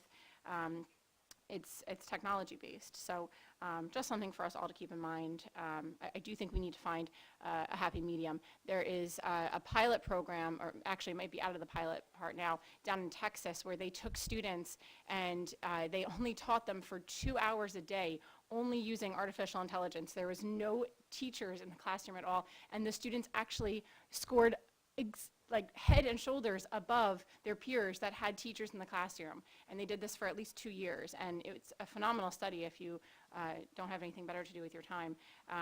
But if that's the way we kind of see our education shifting, or somewhere in between, hopefully, you know, we have to prepare our students for using technology to some extent. So again, just things for us all to keep in mind. I don't think it's any one extreme. I think it's somewhere in the middle, like most things in this world. A couple other things I just wanted to make note of. I'm extremely happy to see that there are mentors on the agenda tonight that were assigned to our new board members. I think this is very important. Going into my 3rd year here on this board, there's so much to learn. It's a very steep learning curve. You kind of hit the ground running. And so I know that last year there were some board members that were adamantly against having mentors. And so I'm very happy to see that our new board members were all assigned mentors. So kudos to you, Angelique, for assigning mentors to them. And on that, I heard a few different of our action items tonight. There was a decent amount of abstaining. And since there was no reference given to why there was an abstention of your vote, I'm not sure why, but I do hope that your mentors are providing some background and understanding behind, and I believe Tim will touch on this tonight, if I'm not mistaken, after hearing this now for my 3rd time, why you should be abstaining or recusing or voting in favor of. So there is a very specific reason for that. And so I hope that the mentors are providing that insight so that our new board members are utilizing their voice, which is your vote, while you're on the board. And finally, if I may, this morning, I participated in or listened to, I should say, there was not too much participation on my end, for the New Jersey School Board Association webinar, which was a coffee chat on brewing and education law coffee chat. And it was a great webinar. So for some of the new board members that don't know, I know some of you have been on the board already. You obviously get these emails and you know, but these webinars will occur periodically. You'll get the emails to your board email. They Today, they went over different case studies for the New Jersey Commissions of Education cases today. The next one, which will be part 2 of the series, is going to be on January 31st, and that's going to be on the Ethics Commission, the School Ethics Commission, and there's also going to be some advisory opinions. So it's really interesting to hear the different cases. These are actual cases that were brought forth this past fall through December of last year, and they go through in detail, you know, what happened, what the case was, what the outcome was, and something that was a good takeaway for me was there are a lot of advisory opinions and school ethics commission cases that are heard, and I'm grateful that our district has not, at least not in my time on this board, seen too many of those with regard to HIB cases. So again, something else for us to participate in as board members. So just wanted to bring your attention to that as new board members. And that's all. Thank you. Great, thank you very much for covering all that. Anybody else like to bring new business? Yep, just one comment of mine about the ad hoc committee for affordable housing, since it wasn't on there today. We, you know, having the COW meeting structure is going to help us a lot, right? Because we're going to call upon a lot of different committees to help us with this. The meeting last week is what it was. We're about to get walloped in this town. I feel it's an unfair target on Colts Neck's back. And if anyone knows how many residents we have in Colts Neck, we have just over 9,000 residents in Colts Neck. The state mandate that's coming down is astronomical, to say the least. You know, throughout the last couple months, just meeting constituents, we thought that, you know, it would be good to have this committee because people are very concerned, and I just wanted to let the public know and be aware that, you know, we're going to take this very seriously. A lot of the renters, as you know, a lot of the units will be renters. They are non-taxpayers. So if we look at the percentage of the tax that we receive as a board, I believe it's 70, 20, 10, is that correct? 70 local, 20 state, 10 federal. The committee, we're going to look at everything possible to increase that 20% from the state dramatically. It's not fair to taxpayers that a state mandate comes down on the constituents, and then we have to foot the bill for this. So as you saw through the last couple of meetings, we also have to take care of all the infrastructure in town as well. So we're going to hold the state accountable to make sure that it's fair and it's balanced. And I'll call upon each of these board members to help me with it. But there's a lot, as some of you might have seen throughout when I was campaigning to take this seat.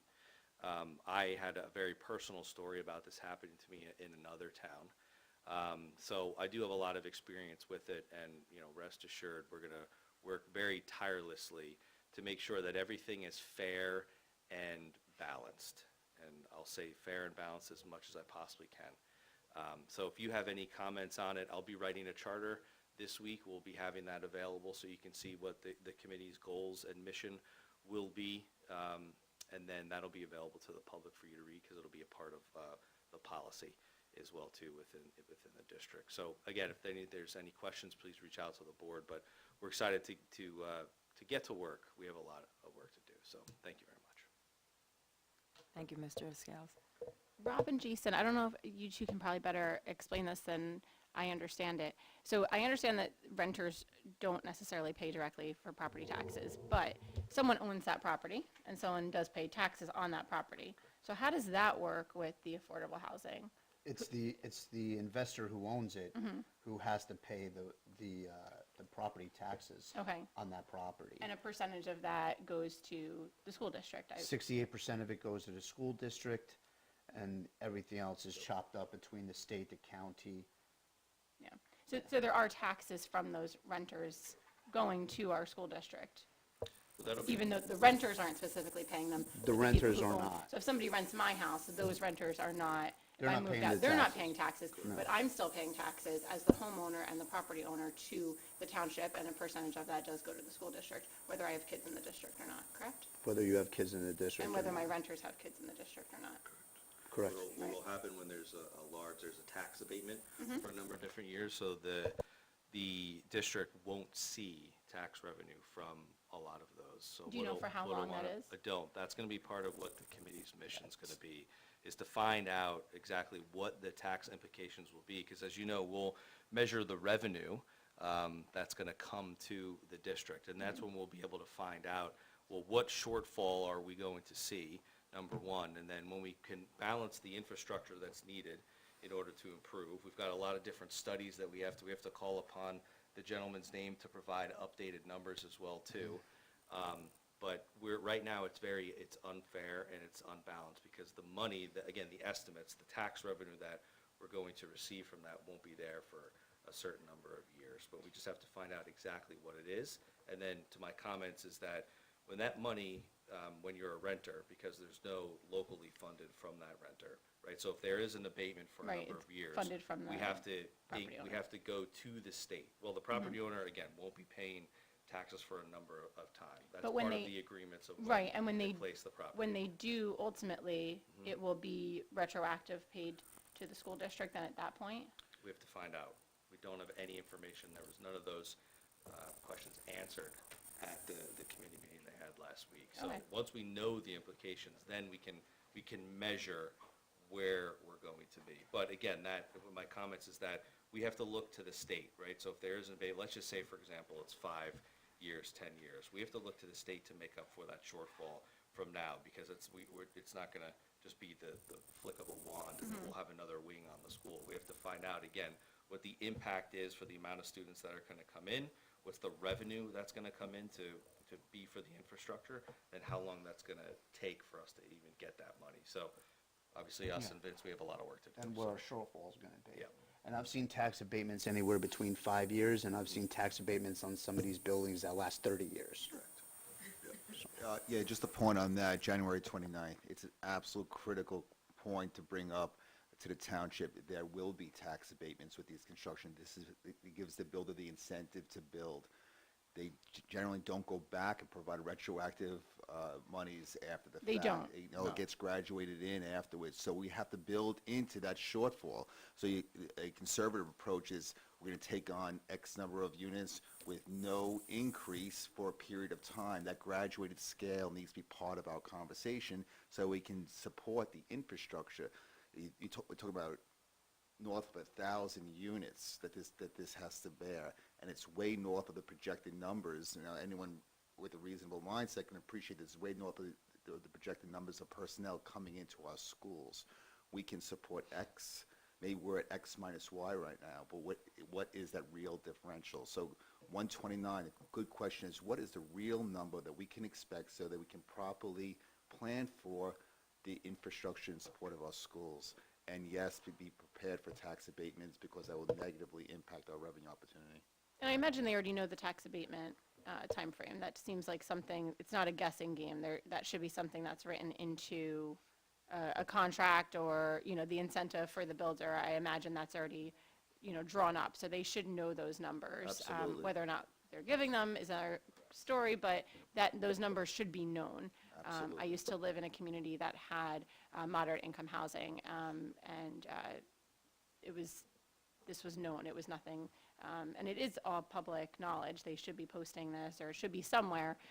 So I think it's just a matter of finding it, and that might give us a little bit better idea too, to find out, is it 1 year, is it 2 years, is it 5 years, is it a million years? It's tough for us to base numbers off of things that we don't have, and we can assume all we want, but we all know the age-old saying, what assuming does. So, thank you. I think Mr. Rugnetta is motioning. Go ahead, Vinnie, I'm sorry.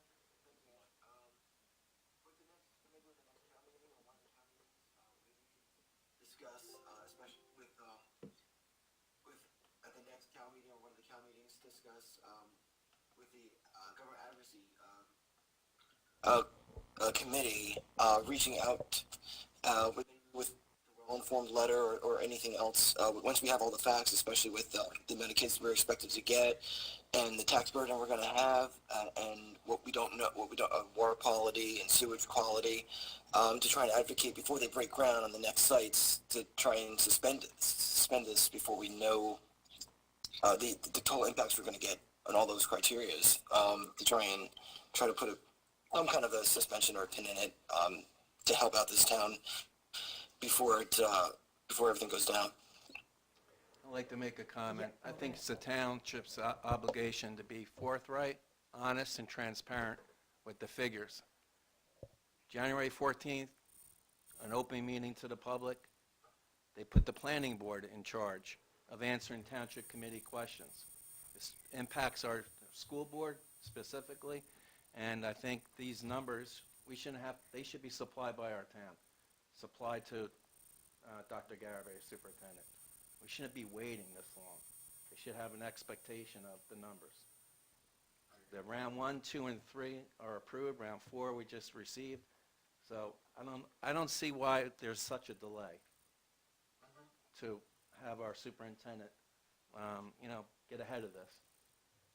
We shouldn't be waiting to June, July, August, and September. It's not fair to the superintendent. It's not fair to the school board. I think there's a little bit of an incompetence factor with the township committee, and hopefully that'll be rectified rather quickly. Back to, Something that maybe we can, try and step up and try and reach out to the state government to try and hold things off on if we have the numbers, try to hold things off for the benefit of us, of our town. Absolutely, Vinny. I absolutely agree with you. It's a fantastic idea, and I back you 100%, and we could certainly move forward with doing so. Thank you, great, thank you. Yep. Okay. Anybody else? So as we prepare for our 25-26 budget, at the next COW meeting, I'd like to discuss in the middle school the possibility of a naval science class for our middle schoolers, which is inspired by the JROTC, the Junior Reserve Officers Training Corps program, and it could provide a foundational introduction to leadership, teamwork, and the principles of naval science. Being that Colts Neck High School has the ROTC program, I think it would be advantageous for our children. I know Wall Township now has that program, so I would like to discuss that in the COW meeting, and hopefully we could approve that. And then in terms of our literature and our books and just communications with transparency and accessibility for parents, do we have some kind of digital library or any way our parents can access not only, I know we have Atlas for the curriculums, but for the actual books in the classroom that students are reading and the books in our libraries? Absolutely.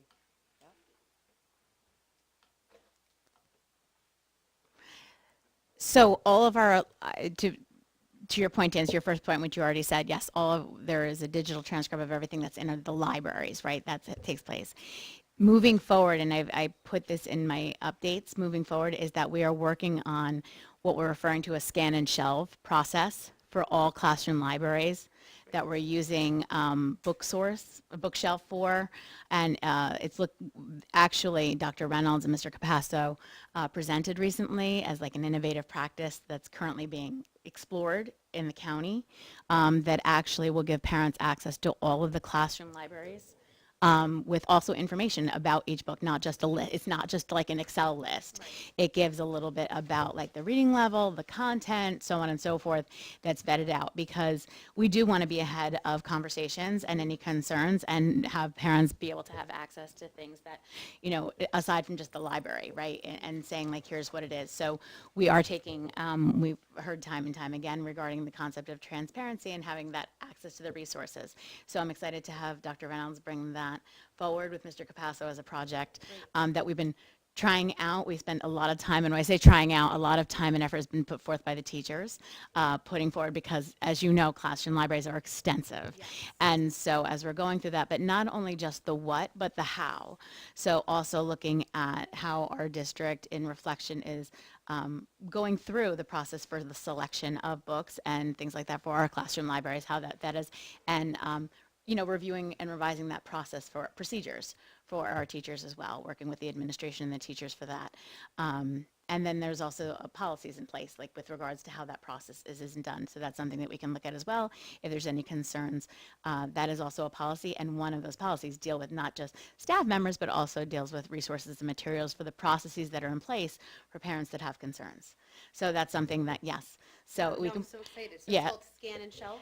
That's what we're what that calling is? it. Okay. So I don't want to steal Dr. Reynolds' thunder, so, or Mr. Capacity, so that's what we're looking at. It's kind of, that's what we've called it. There's two different resources that we're using. One is to actually get the information in, and the other one is going to be an outward, profile of the literacy resources that we have in the district. Okay, that's wonderful. I love that we're going in this direction. So thank you. Yeah.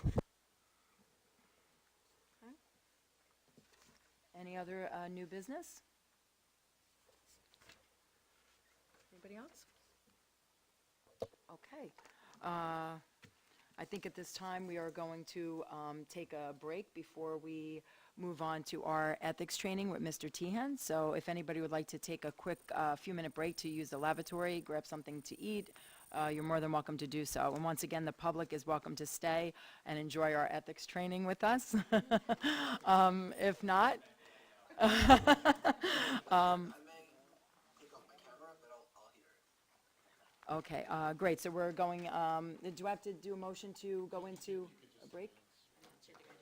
Okay, we're just going to do a 5-minute recess at this time. Thank you.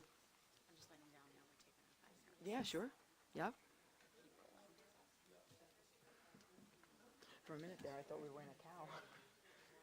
You know, it's like, wait, are we in? It's fine, but. I was like, wait a minute, are we in a cow? I can't remember. All right, let me text Gia. Tell her to, oh.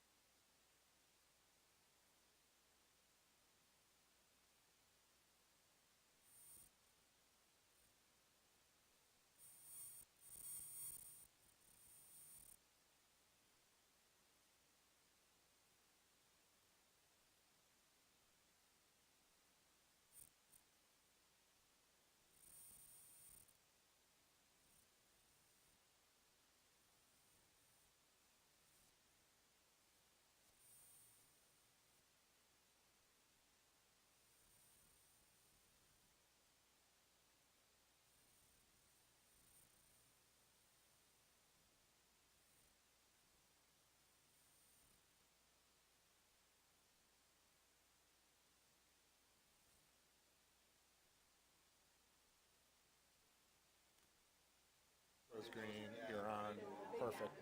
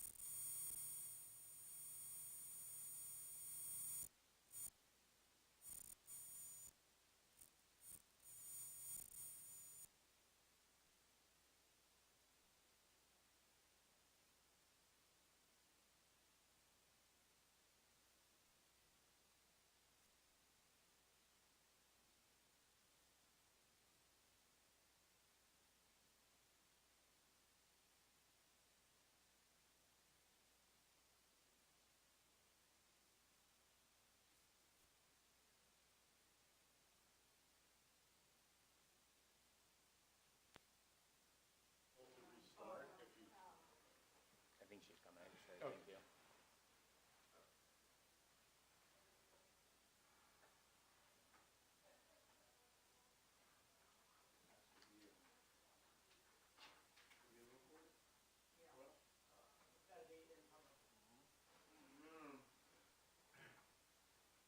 Yes, you're still live streaming.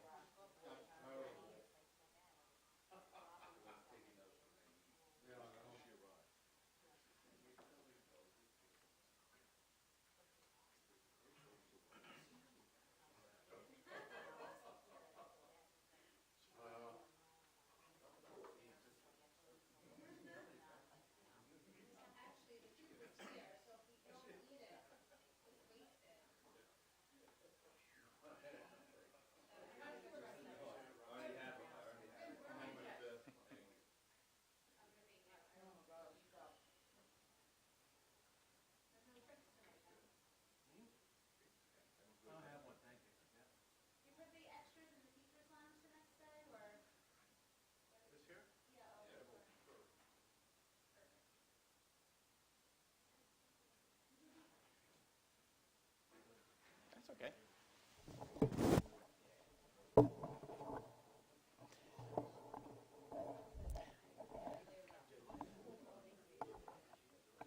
All right, Mary Jane is here, so I guess we can start.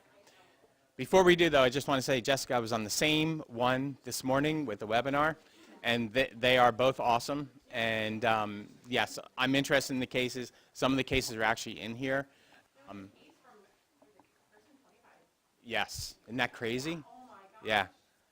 It was an interesting case where 25 years ago, the employee of a district, was actually arrested for a crime, and it was never caught.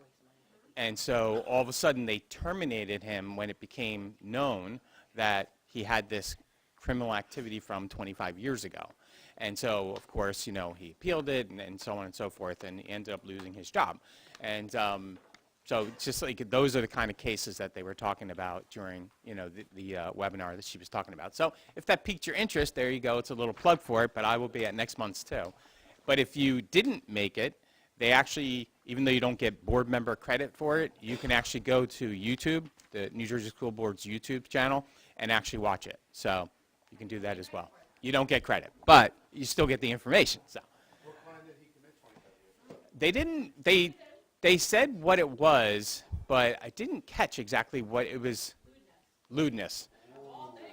It was lewdness, but it was lewdness with like a family member. It wasn't like public. So, yeah. So, interesting. Yes, it's got to be public. Sorry. All right, so this is ethics training.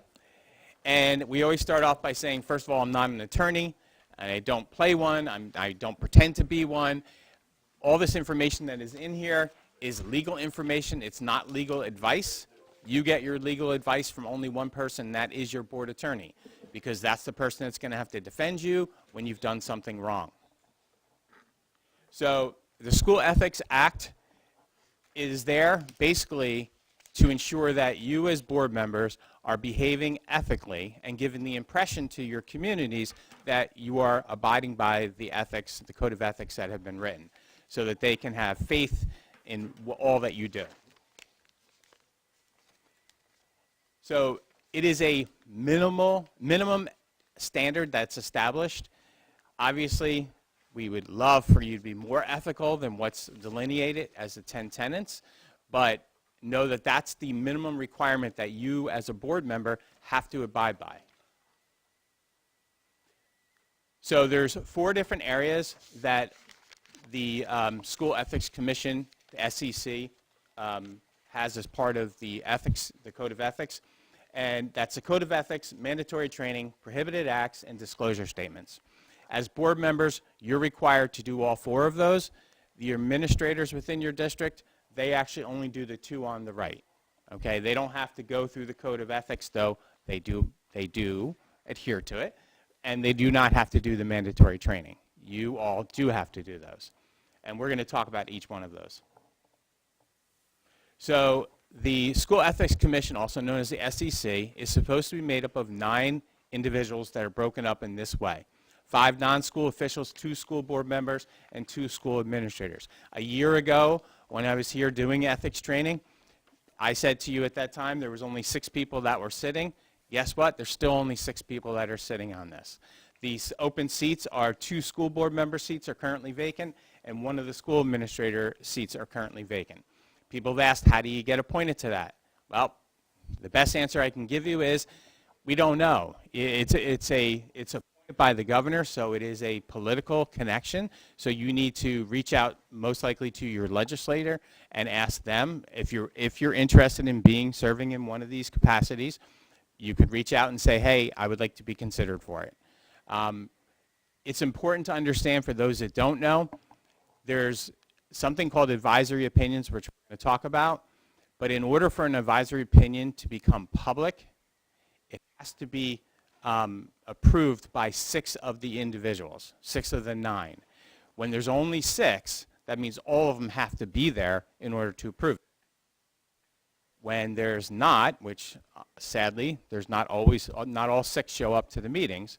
So when that happens, then even if they feel that an advisory opinion could have a far-reaching impact across the state, they cannot pass it as being a public advisory opinion. It only will be passed as going to the individual that had requested it. So what happened in December, and that's what for the next one they're talking about, for the next coffee and conversation or whatever they called it, they're going to talk about the 11 advisory opinions that popped up, really all popped up in December. And we actually finished creating this, and then we had to go back to the drawing board and incorporate those 11 in here. So I know it was said tonight about the financial disclosure statements that they went out. That is electronic. You are required to do it. If you're a brand new board member, you have to finish within 30 days. Otherwise, you have to finish as a school district by April 30th. And that's every year. For those that have never done it, it's not going to ask you how much money you make. It just simply is asking you, where are your sources of income? So who do you get paid by? And the reason for that is to make sure that you do not have a conflict of interest. So it's all under ethics. And just so everyone knows, everything that I'm going through tonight is not New Jersey school boards. This is the SEC. So, and this is by statute and code as well. So know that if you have an issue with something that's in here, it's not us. We're just sharing the information with you. So the mandatory training that we were talking about before, there are 4 different, we call them governance 1, 2, 3, and 4. If you're a brand new board member, you have to do governance 1 within the first 90 days of being appointed and sitting as a board member. Not when you're voted in, but it's when you're actually sworn in. That gives you your basic foundational knowledge so that you can at least hit the ground running as best as you possibly can. And I know it was shared during the board meeting that there's a learning curve here as being a board member. Like you, when you're sitting in the public and you're seeing what's going on, you have a certain perception, but the reality is very different. So it's not until you're actually sitting on the board and you're actually part of all these committee meetings and the discussions and the private, confidential information that's shared, that all of a sudden you have a better understanding of why things are done the way that they are done. So that governance 1 kind of gives you that basic foundational information so that you can hit the ground running. When you're your second year of being a board member, anytime during your second year, you're going to take governance 2, which is going to focus on finance and policy. Now, if you think about it, finance impacts anything and everything you do within a school district. Policy is one of the primary functions of a board.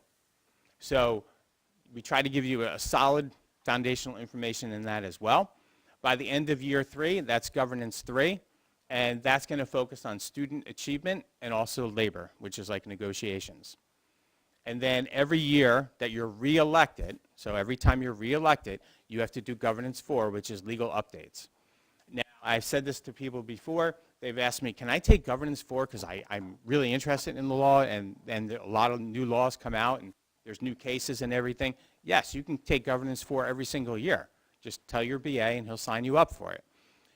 Just understand, though, that when you get reelected, you still have to take governance 4. So even if you took it in year 3, you still have to take it when you hit that reelection year, okay?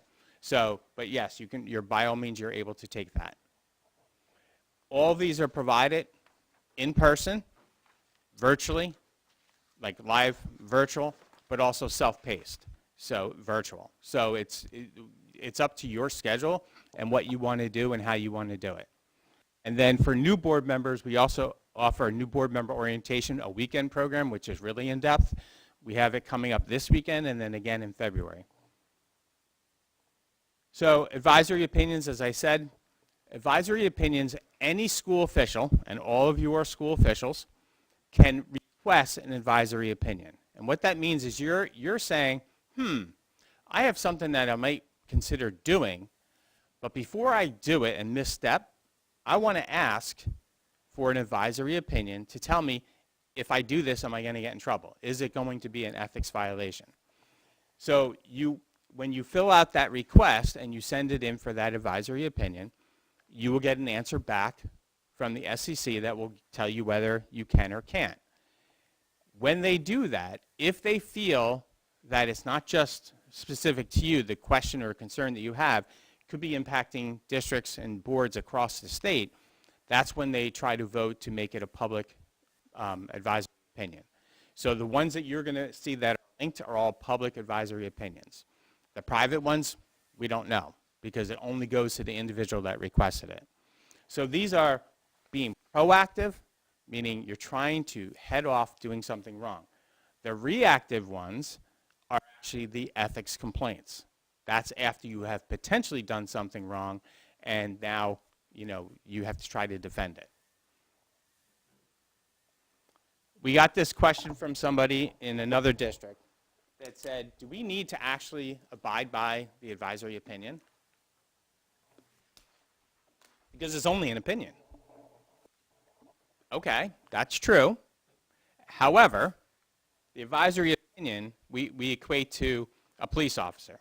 If you're driving down the road and you're speeding, and the police officer pulls you over and says, you were 10 miles over the speed limit, if you do it again, I'm going to let you go this time, but if you do it again, I'm going to give you a ticket. And you say, okay, that's his advice. Don't speed, right? You go and speed. What do you think is going to happen when he pulls you over again? You're getting a ticket. So that's what this is all about. You're making that request, or someone has made a request, and now it's a public advisory opinion, about whether if you do something, is it going to be wrong? When they come out and say, yes, it will be wrong, and then you choose to do it, I guarantee you, and they will tell you this, that they will find you as in violation of ethics. So, yes, even though it's called an advisory opinion, you really need to abide by it. When you do fill out an advisory opinion, please be very specific and detailed in your information, because they make their determination of whether something is like you violate it or it will be a violation or not based upon the information that you give. If you don't give the full story, then the answer they give might have been different if they knew everything. Then you could still misstep. So be honest and be very detailed. So I sent to Mary Jane, I don't know if you emailed it to everyone yet. Okay, which is totally fine. I sent it to her late today. And normally I do it the next day, but I did it early. I'm trying to be a little better. But you're going to get a PDF of this. That PDF, each one of these is a hyperlink.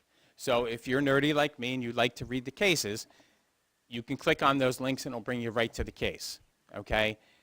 The cases are not short. These are very short summaries of not only the explanation of the case, but also the SEC's response. Sometimes when you look at these two sides, it doesn't make, like you sit there and you say, it doesn't really make sense. How did they come up with that decision? However, when you click on the case and you read the 3, 10, 15 pages that are for each case, it starts to shed a lot more information on the case that sheds light on why they made the decision that they did. So I'm not going to read all these cases to you, okay, but I will highlight some of them. The first one is I think it's an important one because it's a case of where a board member wanted to be able to review the resume of candidates. You have to understand that as a board, the superintendent makes a recommendation to you for personnel matters. They will say, I'm recommending this person for the position. It is not your job as a board to say, that's nice. Can we see all the other people that applied and we want to go through their resumes? No, that's not your job, okay? That's the superintendent's job. That's her team's job.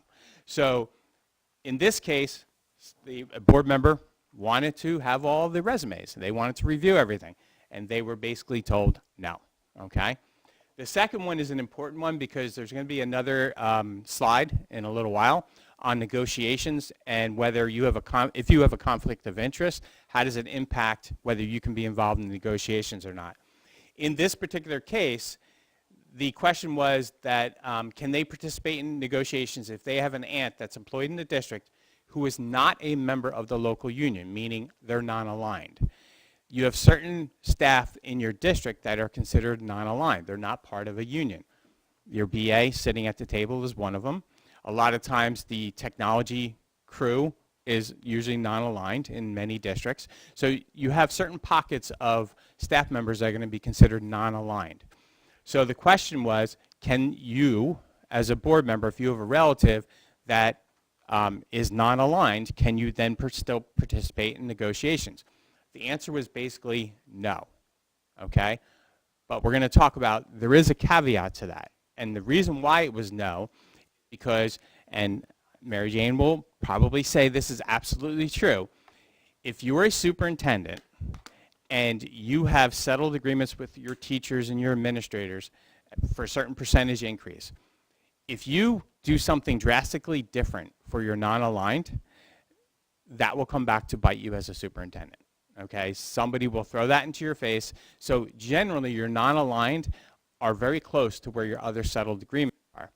And that's why that's considered a reason why you can't be in negotiations, because even though the person's non-aligned, it will still have an impact. If you can show, though, and that's going to be on that other slide, if you can show that there is no connection in that district, then in that case, you as a board member probably could then participate in negotiations as a result, okay? That's going to be a perfect case of if you're in that situation where you're going to want to talk to your board attorney, give them the very specific information, and let that board attorney make the determination whether you can or can't be involved. So with these other ones, the second one down, board member received an endorsement from the local union. Can they participate in matters that were relevant to the union members? So in other words, the group said, hey, we want to support you, can they be involved? The answer was they can. It will always come down to whether you got a financial contribution or not, though. If you got a financial contribution, chances are you shouldn't, at least for 1 year, okay? So any kind of financial contribution means that you benefited from that endorsement as opposed to somebody just saying, hey, we support this candidate. The fourth one down, this is, you had a board member who had a pretty bad history with the district and the superintendent. They ended up getting fired, and they then ran for the board and got on, okay? Can that person then be involved in evaluating the superintendent's contract? The answer is no, okay?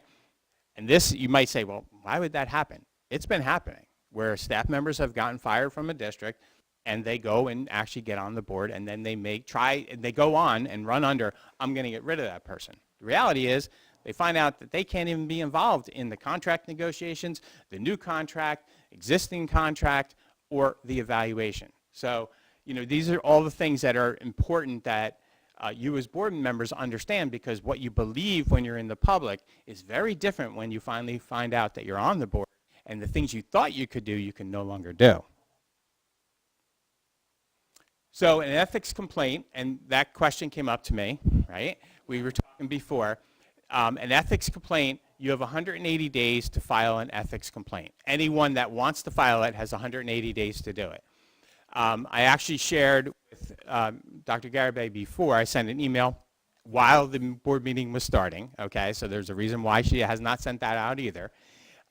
Because Mrs. Volpe had asked me, hey, what does it look like, basically, an ethics complaint? So it was a sample ethics complaint, like sample blank form, that you can look at and see what it would look like. process is pretty simple in the sense that when somebody wants to file an ethics complaint, they have to say who it is, which board member violated the code of ethics, which code of ethics they violated, and then they have to provide factual evidence to support that. That they send then to the SEC, and then the SEC, after they look over everything and they feel that everything is in order, it's a complete complaint, not that they're making the decision at that point, but all the information that they need is there. Then they reach out to the board member that the complaint was filed against, and they say, okay, you have a complaint that was filed against you by so-and-so, and this is the terms of why they say that you violated and which code of ethics you violated. You, as the board member that it was filed against, have about 30 days to respond to that. Then the SEC will look at both sides of that story. They'll get the whole picture, and that's when they make their decision.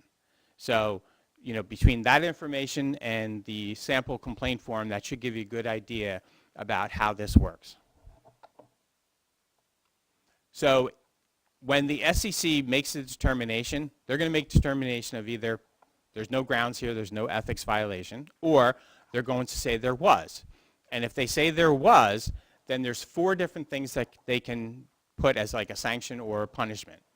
The first one would be considered a reprimand, which is like a slap on the wrist where they're going to say to you, yes, you violated the code of ethics, don't do it again. And that's it. The second one is a censure.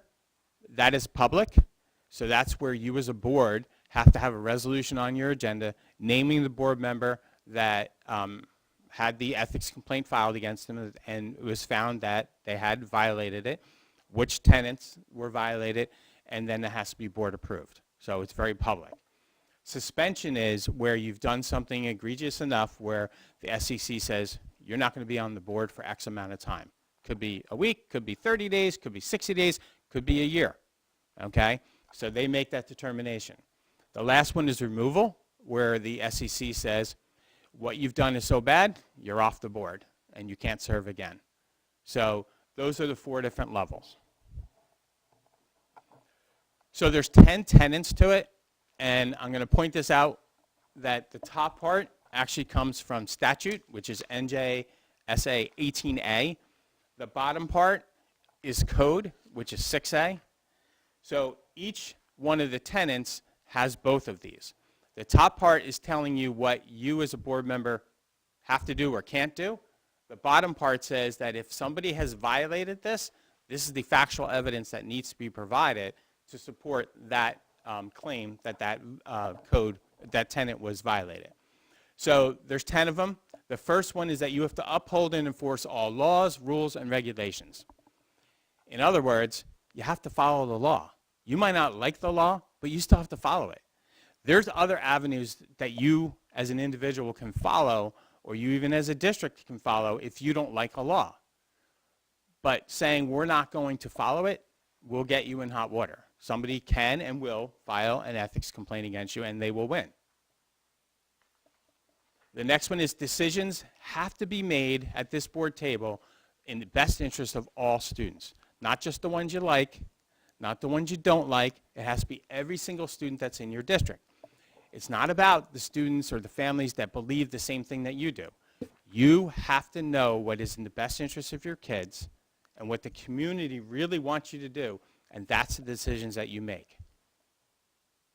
The third one is you're going to make sure that you stay focused on policy, planning, and appraisal.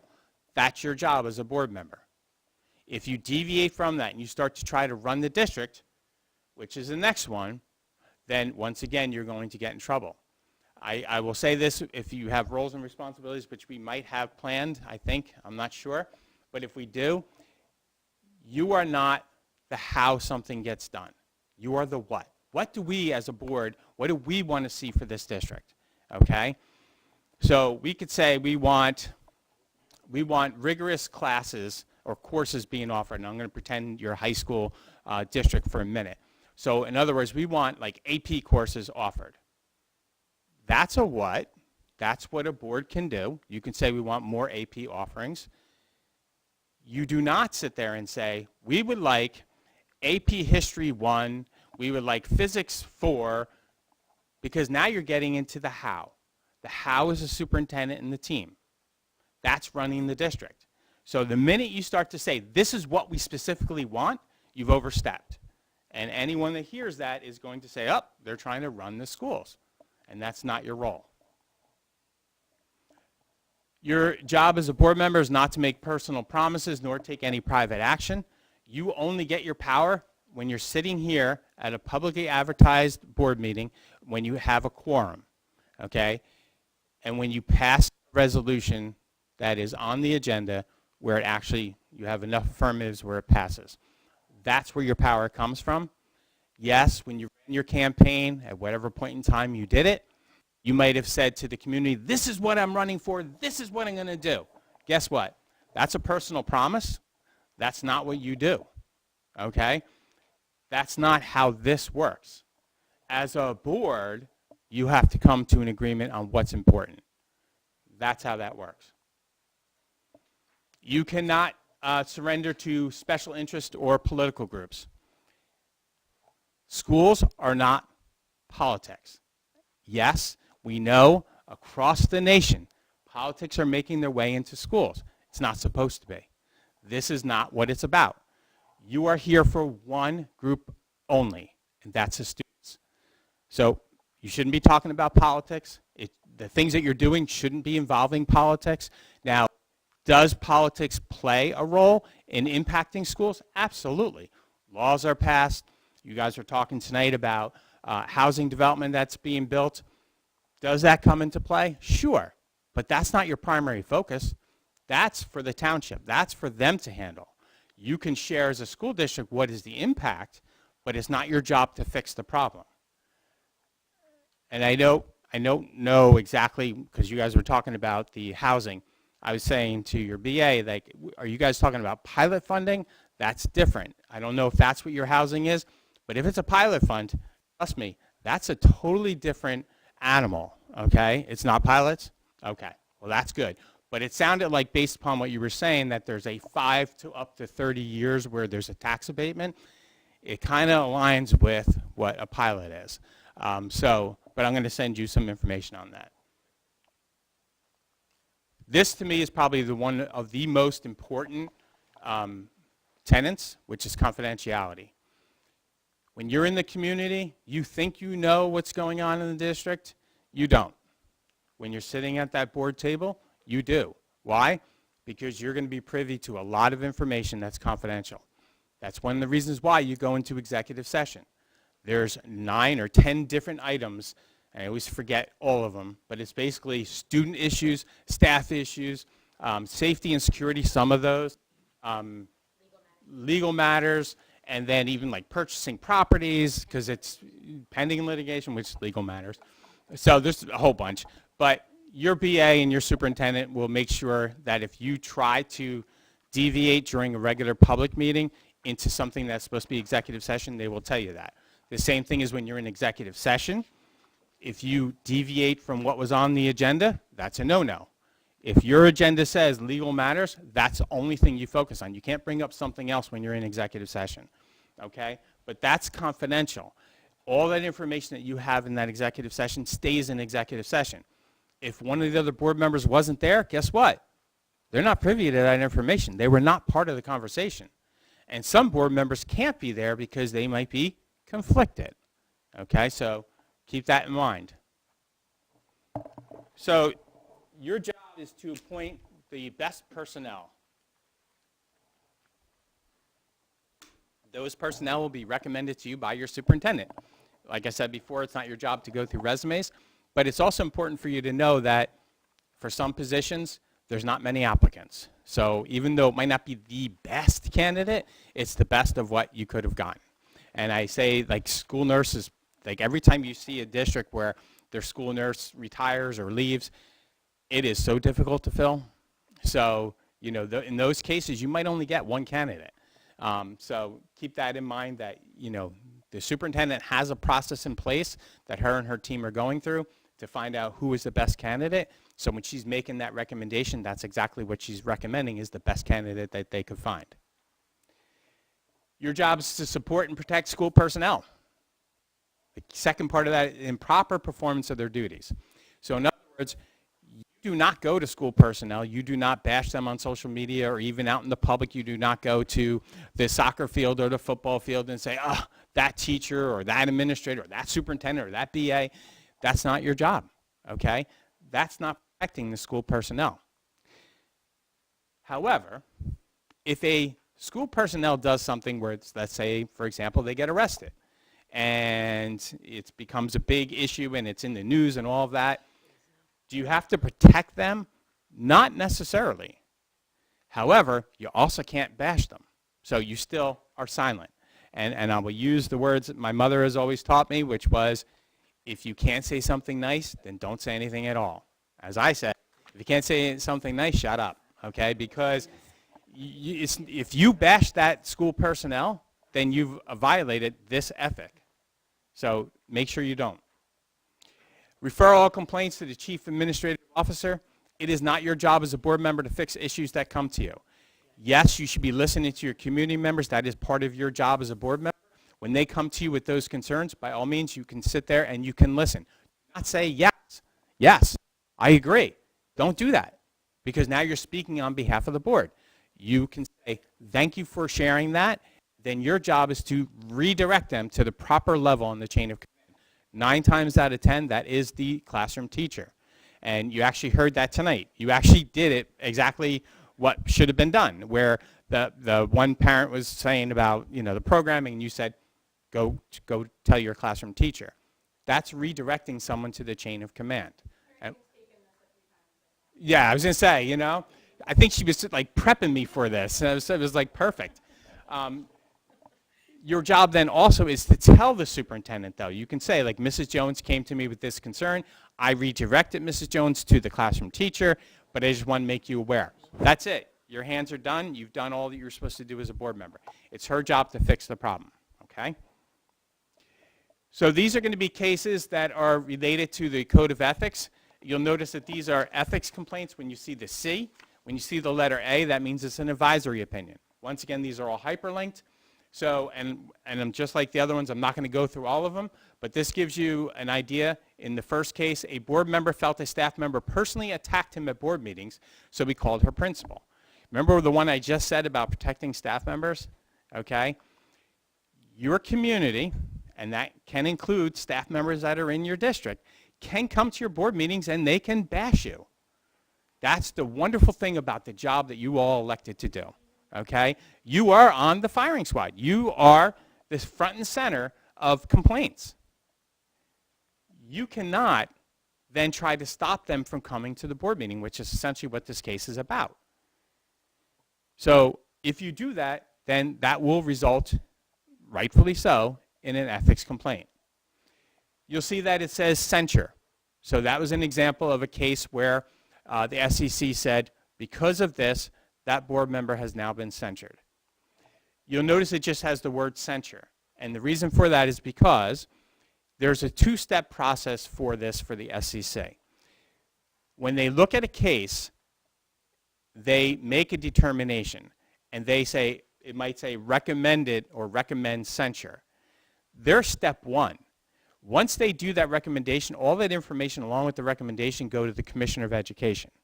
The Commissioner of Education then makes their determination on that same case. They may agree with the SEC, they might modify it.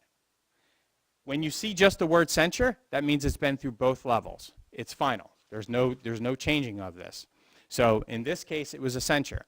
If this said recommended censure, that would mean that the SEC heard it and it's now in the hands of the commissioner, and that could change. And we do see sometimes where these change. Not only change, they change for the worse. I had a district recently I was talking with. They had a board member that was recommended suspension. And then the next thing I know, it was termination. They were removed. And I was like, whoa, how'd that happen? Well, it happened because the Commissioner of Education felt that it was so egregious that they had to go. And so that's exactly what happened.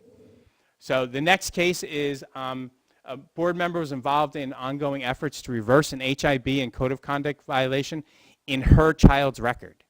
So you got to remember, as a board member, yes, you probably are also a parent or a grandparent. Not always, but a lot of times you are. your child may be involved in an HIB case or some kind of disciplinary case. If that happens, you should remove yourself, recuse yourself from that, and not be in the discussion at all, and you should not be influencing or trying to influence any of the board members. If you do, then you're going to find yourself that you are in hot water. Use something called common sense.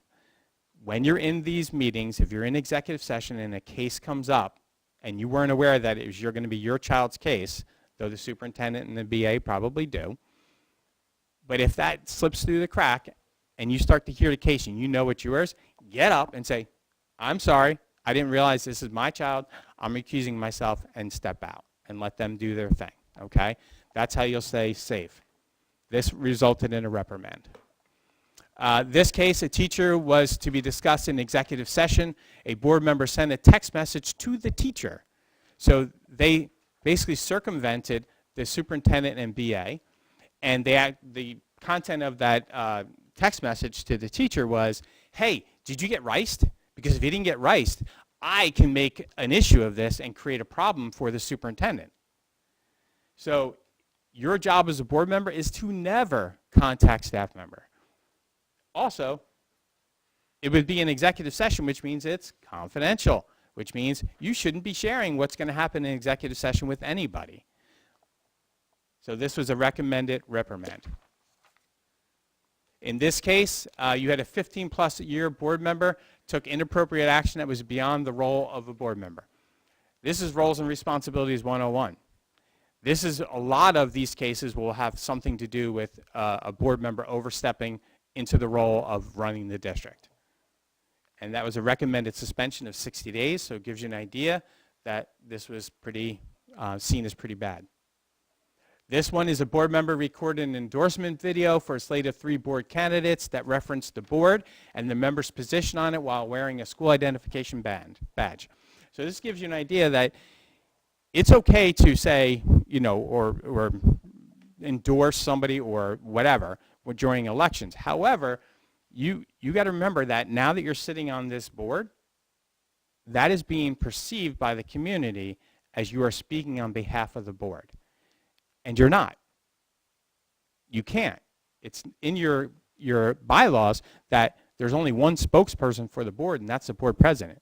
The board president cannot speak on behalf of the board if the full board hasn't had a discussion about whatever it is they're going to talk about. So they don't have the carte blanche to say what they feel. It has to be what the unanimous board feels. So understand that you have to be very careful when you're supporting any kind of candidate for any position. And there's a lot of intricacies within that case. So it was brought up before about recusal and abstention. When you're sitting here and you have an agenda item before you, if you do not have enough information, that's when you abstain, okay? Perfect example is your brand new board member. You're approving the minutes from the previous board meetings that you weren't even here for, okay? Being a member of the community is not the same as being a board member. That is a perfect example of when you're going to say, I abstain. It could also be an agenda item that you really just didn't have enough information about. You didn't read it. Let's say it's your fault. You didn't read enough, okay? You were given the information, you didn't read it. So you have to make sure that you have enough information, and that's the only time, if you don't, that you abstain. You do not abstain when it's a controversial agenda item and you want to avoid being looked at by your community where they say, oh, so-and-so voted that way on it. That's not what the abstention is for. Sadly, that is used by some board members in some districts to avoid any kind of controversy. A recusal means that you are not permitted to vote on that agenda item because you may have a conflict of interest. So say, for example, we'll use negotiations. You're a teacher in another district and you're part of a union and there's an agenda item to approve the contract. You might have to recuse yourself because you cannot, based upon the conflict of interest, you're not allowed to vote on it. But by saying recuse, you're telling your community, being very transparent and saying, as much as I may know the information or not know the information, as much as I may want to vote on this item, I'm legally not permitted to. To order to understand whether you are conflicted or not, you're going to give your specific information to your board attorney to make that determination, okay? These are a list of prohibited acts. So if you fall within any of these, like you're getting a gift from or a favor or something from some group, you should be recusing yourself because that's a conflict of interest. Benefit, and this is sometimes debated. People say, yeah, but I didn't really benefit from whatever it was. It's not always about whether you actually benefited from whatever the item was. It could be the perception that people believe you benefited from it. If somebody believes that you benefited from it, then that can create a problem for you. So that's a case where if you have the perception, you think the perception will be out there in the community that you're benefiting because people know you have a tie to something, then you should just recuse yourself. These are conflict benefit cases. I'm not going into these, but once again, you see recommended, reprimand, recommended, censure. That's because it's only been through the SEC so far. Relationships. Relationships are actually going to be what causes your conflicts. If you have any of these people, these different groups, working in the district or even in another district, that could create a conflict of interest for you. When you are on the board, and that includes the BA and the superintendent, or actually, sorry, not the BA, the superintendent, you are not allowed to hire your family members. Doesn't matter if you have 100 family members already working in the district, that's okay, because they're already there. However, when you get on the board, you cannot hire any of your family members or relatives because that is not permitted, and it actually creates a conflict of interest because now you're allowing somebody to be hired. There are limited exceptions, and I'll go back to the nurse as an example. Let's say the one person that applied for the position for the nurse happened to be a family member of a relative of one of you board members. In that case, the superintendent can make a request of the executive county superintendent to ask for a waiver, who then will give some guidance on the process that she needs to do, might be to advertise again, so on and so forth, and then as a result, they can allow that waiver for that one time. Doesn't mean that now, every time you can get another family member in, it's those unique cases, and they do not happen often. So this is collective bargaining, and this is the case that I was referring to before. It's cited up here on the top. So in this case, the immediate family member, they work in the district, they are a non-aligned employee. Can you participate in negotiations? Notice it says yes, yes, with an asterisk. That's because, like I said, that case gives that out if you can show that there is no connection at all between that non-aligned employee's increases versus what the contract for the aligned employees or the ones that are in a union. It doesn't happen often. It's very hard to prove. So therefore, chances are that's going to be the same as the next one, which is no, no. Okay? If you work in the district, if you have a family member, that works in the district, and they are part of the a union in the district, you cannot be participating in negotiations, meaning you can't be there for it.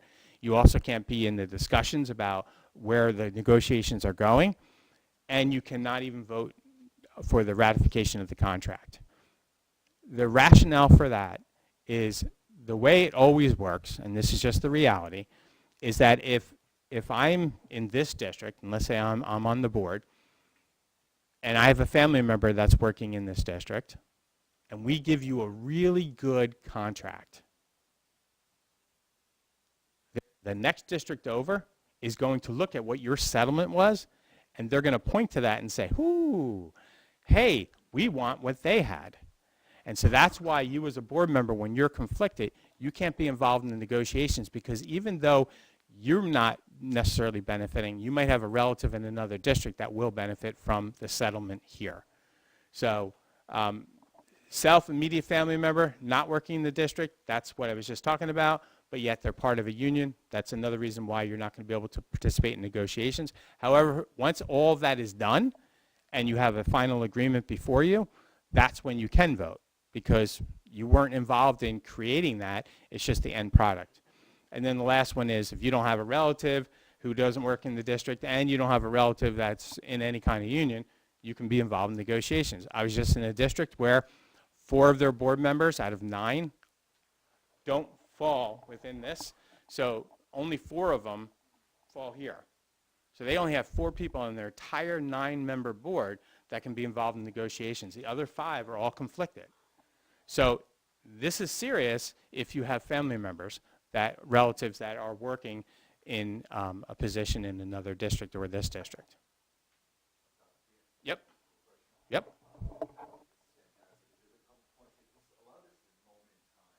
Mhm. Yep.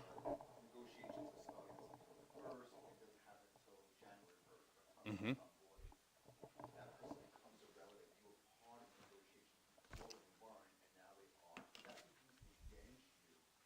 No, but once they become. Mhm. So when you initially started negotiations, you were not conflicted because they were not part of a union. And then all of a sudden, 3 months later, you're involved in negotiations. All of a sudden, they become part of a union somewhere else, and it creates a conflict for you. That's when you'd have to step out. Mhm. And it goes the other way too. Let's say you were initially conflicted because you had a member that, or a family member that was working and created the conflict for you. However, 2 months into negotiations, that person is not employed anymore, okay? Can you then become part of negotiations? Absolutely, you could, because that has changed. And I was working with a district where that's actually what happened. They had a family member that created many conflicts for them. It's actually one of these cases.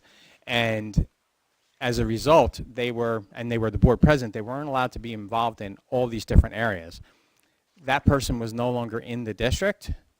All of a sudden, all of those conflicts went away. And they were able to be part of the superintendent evaluation, so on and so forth, all the things that they weren't allowed to be part of. So yes, it changes. So if your particular situation changes, once again, share that immediately with your board attorney, and then they can guide you on what you should or shouldn't do. Okay? Yep. Oh, way back, okay. Mm-hmm. No. Nope. Nope. Because once again, it doesn't become public unless there's a finding. And that even like a reprimand isn't necessarily going to become public either. I mean, it will because they'll publish the case because it's an ethics complaint, but it's not public in the sense of within your community. Somebody would actually have to be looking at the cases, which the reality is most people are not looking at all these cases, okay? Yep. I don't care, whichever one. For someone who is putting a ethics charge on a board member unfairly, or if they're proved wrong, Mhm. they have a vendetta against you or something like that? There isn't, and the reason I say that is because there could be, but once again, it's going to the School Ethics Commission would have to look at the case and say this was truly frivolous. There's no ounce of credibility to their claim, and in that case, if they found that, then they could actually levy a fine. I think it's $500 or $300 to that person that filed a frivolous claim. However, they would have to look at that case and feel it was frivolous. That's a new thing that came out.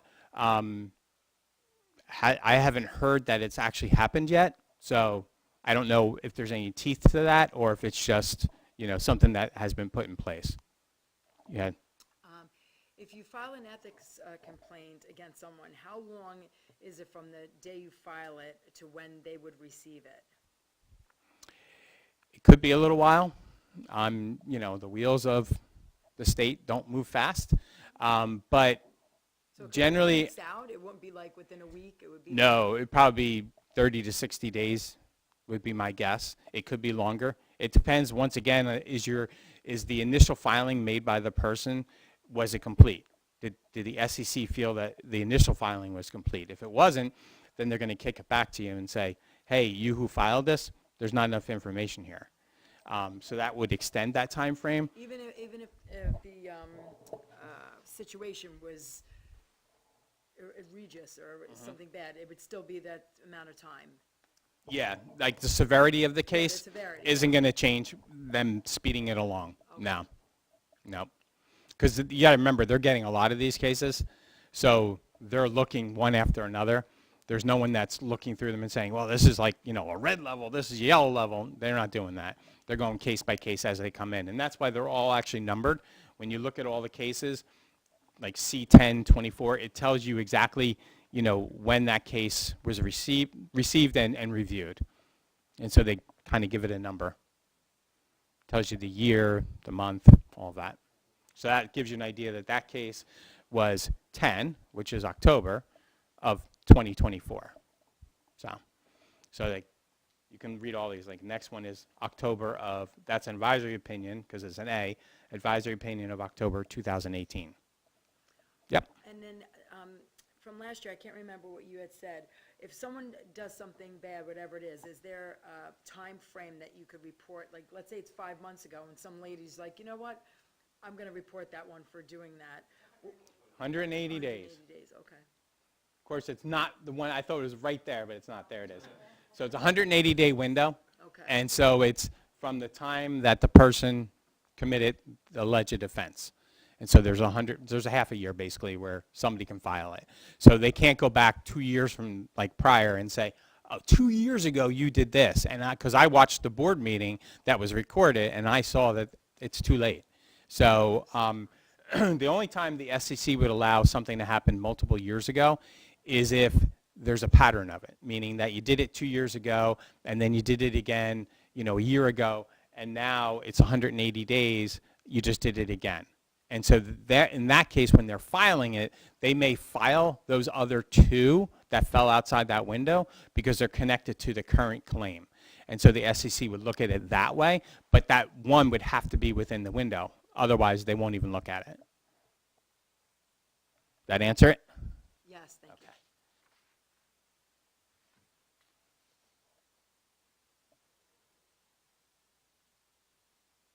All right. So this is just campaigns and collective bargaining agreements. This is, once again, and I said this in one of the cases, where if you're receiving financial contributions for your campaign, that's where it's going to create a conflict for you, and generally your recommendation will be that you do not become involved in anything for the first year.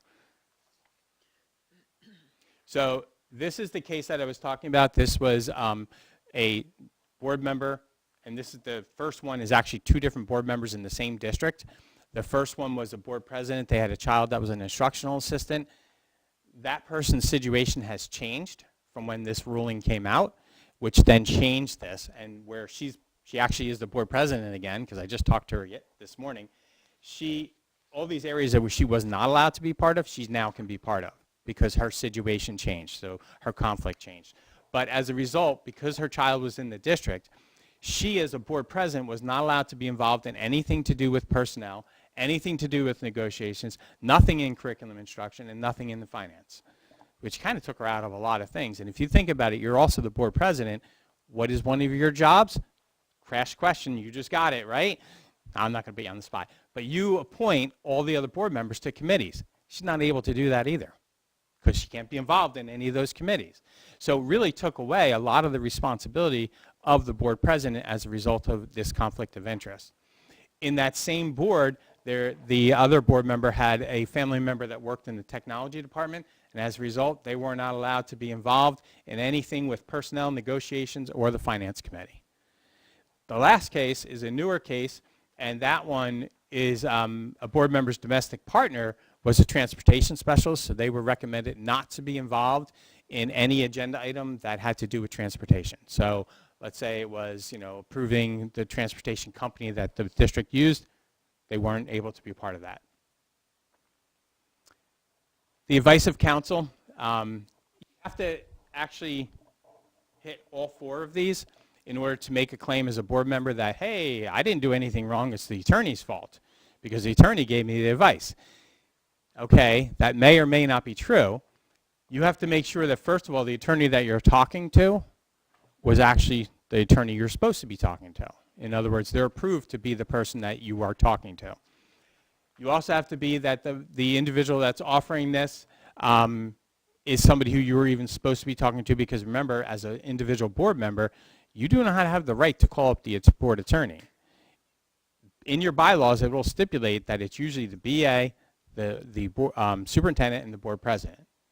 Okay? Your bylaws may be different. Go read them. But that's 9 times out of 10, that's what a district has.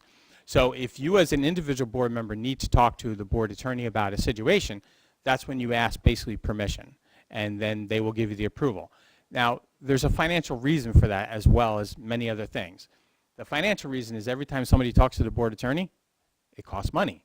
So it's a way of limiting how much money is being spent on attorney fees, because there is a cap that a district cannot go over. And if they do, you talked about before with a corrective action plan, guess what? You're going to be on a corrective action plan, okay? So it has to be all that. And just like I said with the, when you're looking for an advisory opinion, you have to give all the information. So you, when you're asking, you know, a board attorney for advice, you have to give the board attorney all the information. If you withheld something, then that's not going to fly in terms of using this as a defense. And the last one is the individual actually abided by what the board attorney said. Okay? You can say the board attorney said this, but they may not have. And so you have to be able to prove that what they said is what you followed. As board members volunteering, yes, you can volunteer in a school, you can become involved, but make sure how often you're there is curbed, so you're not in the buildings all the time. Otherwise, you give the impression that you're running the district. Also, you should never be in a position where you're volunteering where you have authority or perceived authority over staff members. So once again, if you do that, that's going to create problems. That's also just detailing a little more information about volunteering. Social media, as you brought up before during the board meeting, you know, screen time. Well, guess what? As adults, you're probably worse than the kids, okay?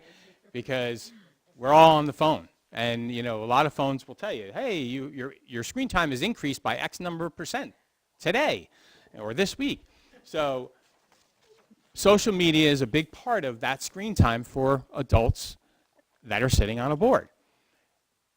When there's going to be a complaint about something that's on social media, they're going to be looking at the content of what was posted, they're going to look at the substance of what's posted, and the context of how it's posted. They look for what they call a nexus, which is a connection. 9 times out of 10, if you were talking about board business on social media, you are going to get yourself in trouble, because that's not where it's supposed to be happening. It's supposed to be happening here at the board table. That's where board business is discussed. So, in other words, keep your social media for your private, fun stuff. Nothing to do with the district, nothing to do with board business. If you do post on social media, the SEC suggests that you use that disclaimer, which basically says you're speaking as a private individual and that you're not speaking on behalf of the board. Do you have to use this disclaimer? No, but it's going to help you if you do. If you don't use it, are you going to automatically get in trouble? No, because it's going to actually be more important based upon the content of what you post. And if your content has to do with board business, that's where you're going to get in trouble, whether you're using the disclaimer or not, which is what this is, a Q&A on all those different combinations. So social media, general guidance. If you used a social media platform when you were running for the board, you should not be using it anymore, not for posting anything to do with board business. And you may say, well, you know, I disagree with that. That's fine. But notice this is not me that's saying it. This is actually an ethics complaint that was filed, that was founded, and the person had the ending result from it. And it's funny because that case is like, I think, 8 pages long, and that part where it talks about that you should not be using it is on like page 6 of it. So you had to read through 5 full pages before you actually get to the point where it's saying don't use it. So that's an important part of that. The account that, if you have an account that's actually somewhere on it says that you are a board member, anything that you post is going to be perceived as being something based upon board business or based upon what the board feels. And once again, you're not a spokesperson for the board. You should not be talking about that stuff. You can like or share things, And the administrator, if you're administrator of social media pages, you have to make sure that you are responsible for the content that's on there. So if somebody's posting something about board business and you're the administrator of it, you're going to be held liable for it. And that was my last slide.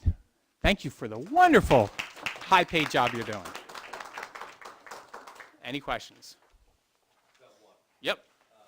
Parent-teacher conferences, things of that nature. I didn't see any guidelines or anything along those lines. Is there anything to be cognizant of for those instances? Nope. You are a parent. You should be going to those parent-teacher conferences because number one thing is you are an advocate for your child. However, when you go, do not go in there and say, I'm so-and-so, I'm on the board, because now you're using your position to influence that or intimidate that staff member. So, like, I always suggest that when you go in to talk to a teacher, even if it's like because of a disciplinary issue or whatever it is, do not go in there and say, well, I'm a board member. Once those words leave your mouth, you just overstep the line. So don't do that. Don't look for any special, accommodations for like schedules or anything like that because you're a board member. You're just like any other parent. But yes, you absolutely can go in there and do all those things. Class party, that's fine to do, be part of. Just once again, don't go in there, don't handle money, and don't be telling the teacher what to do. Yep. And that's always a good point. I was going to say sometimes as PTO, as parent volunteers, they're collecting money for things. Yeah. That board members should not refrain from doing that. It's an awesome way for you as a board member to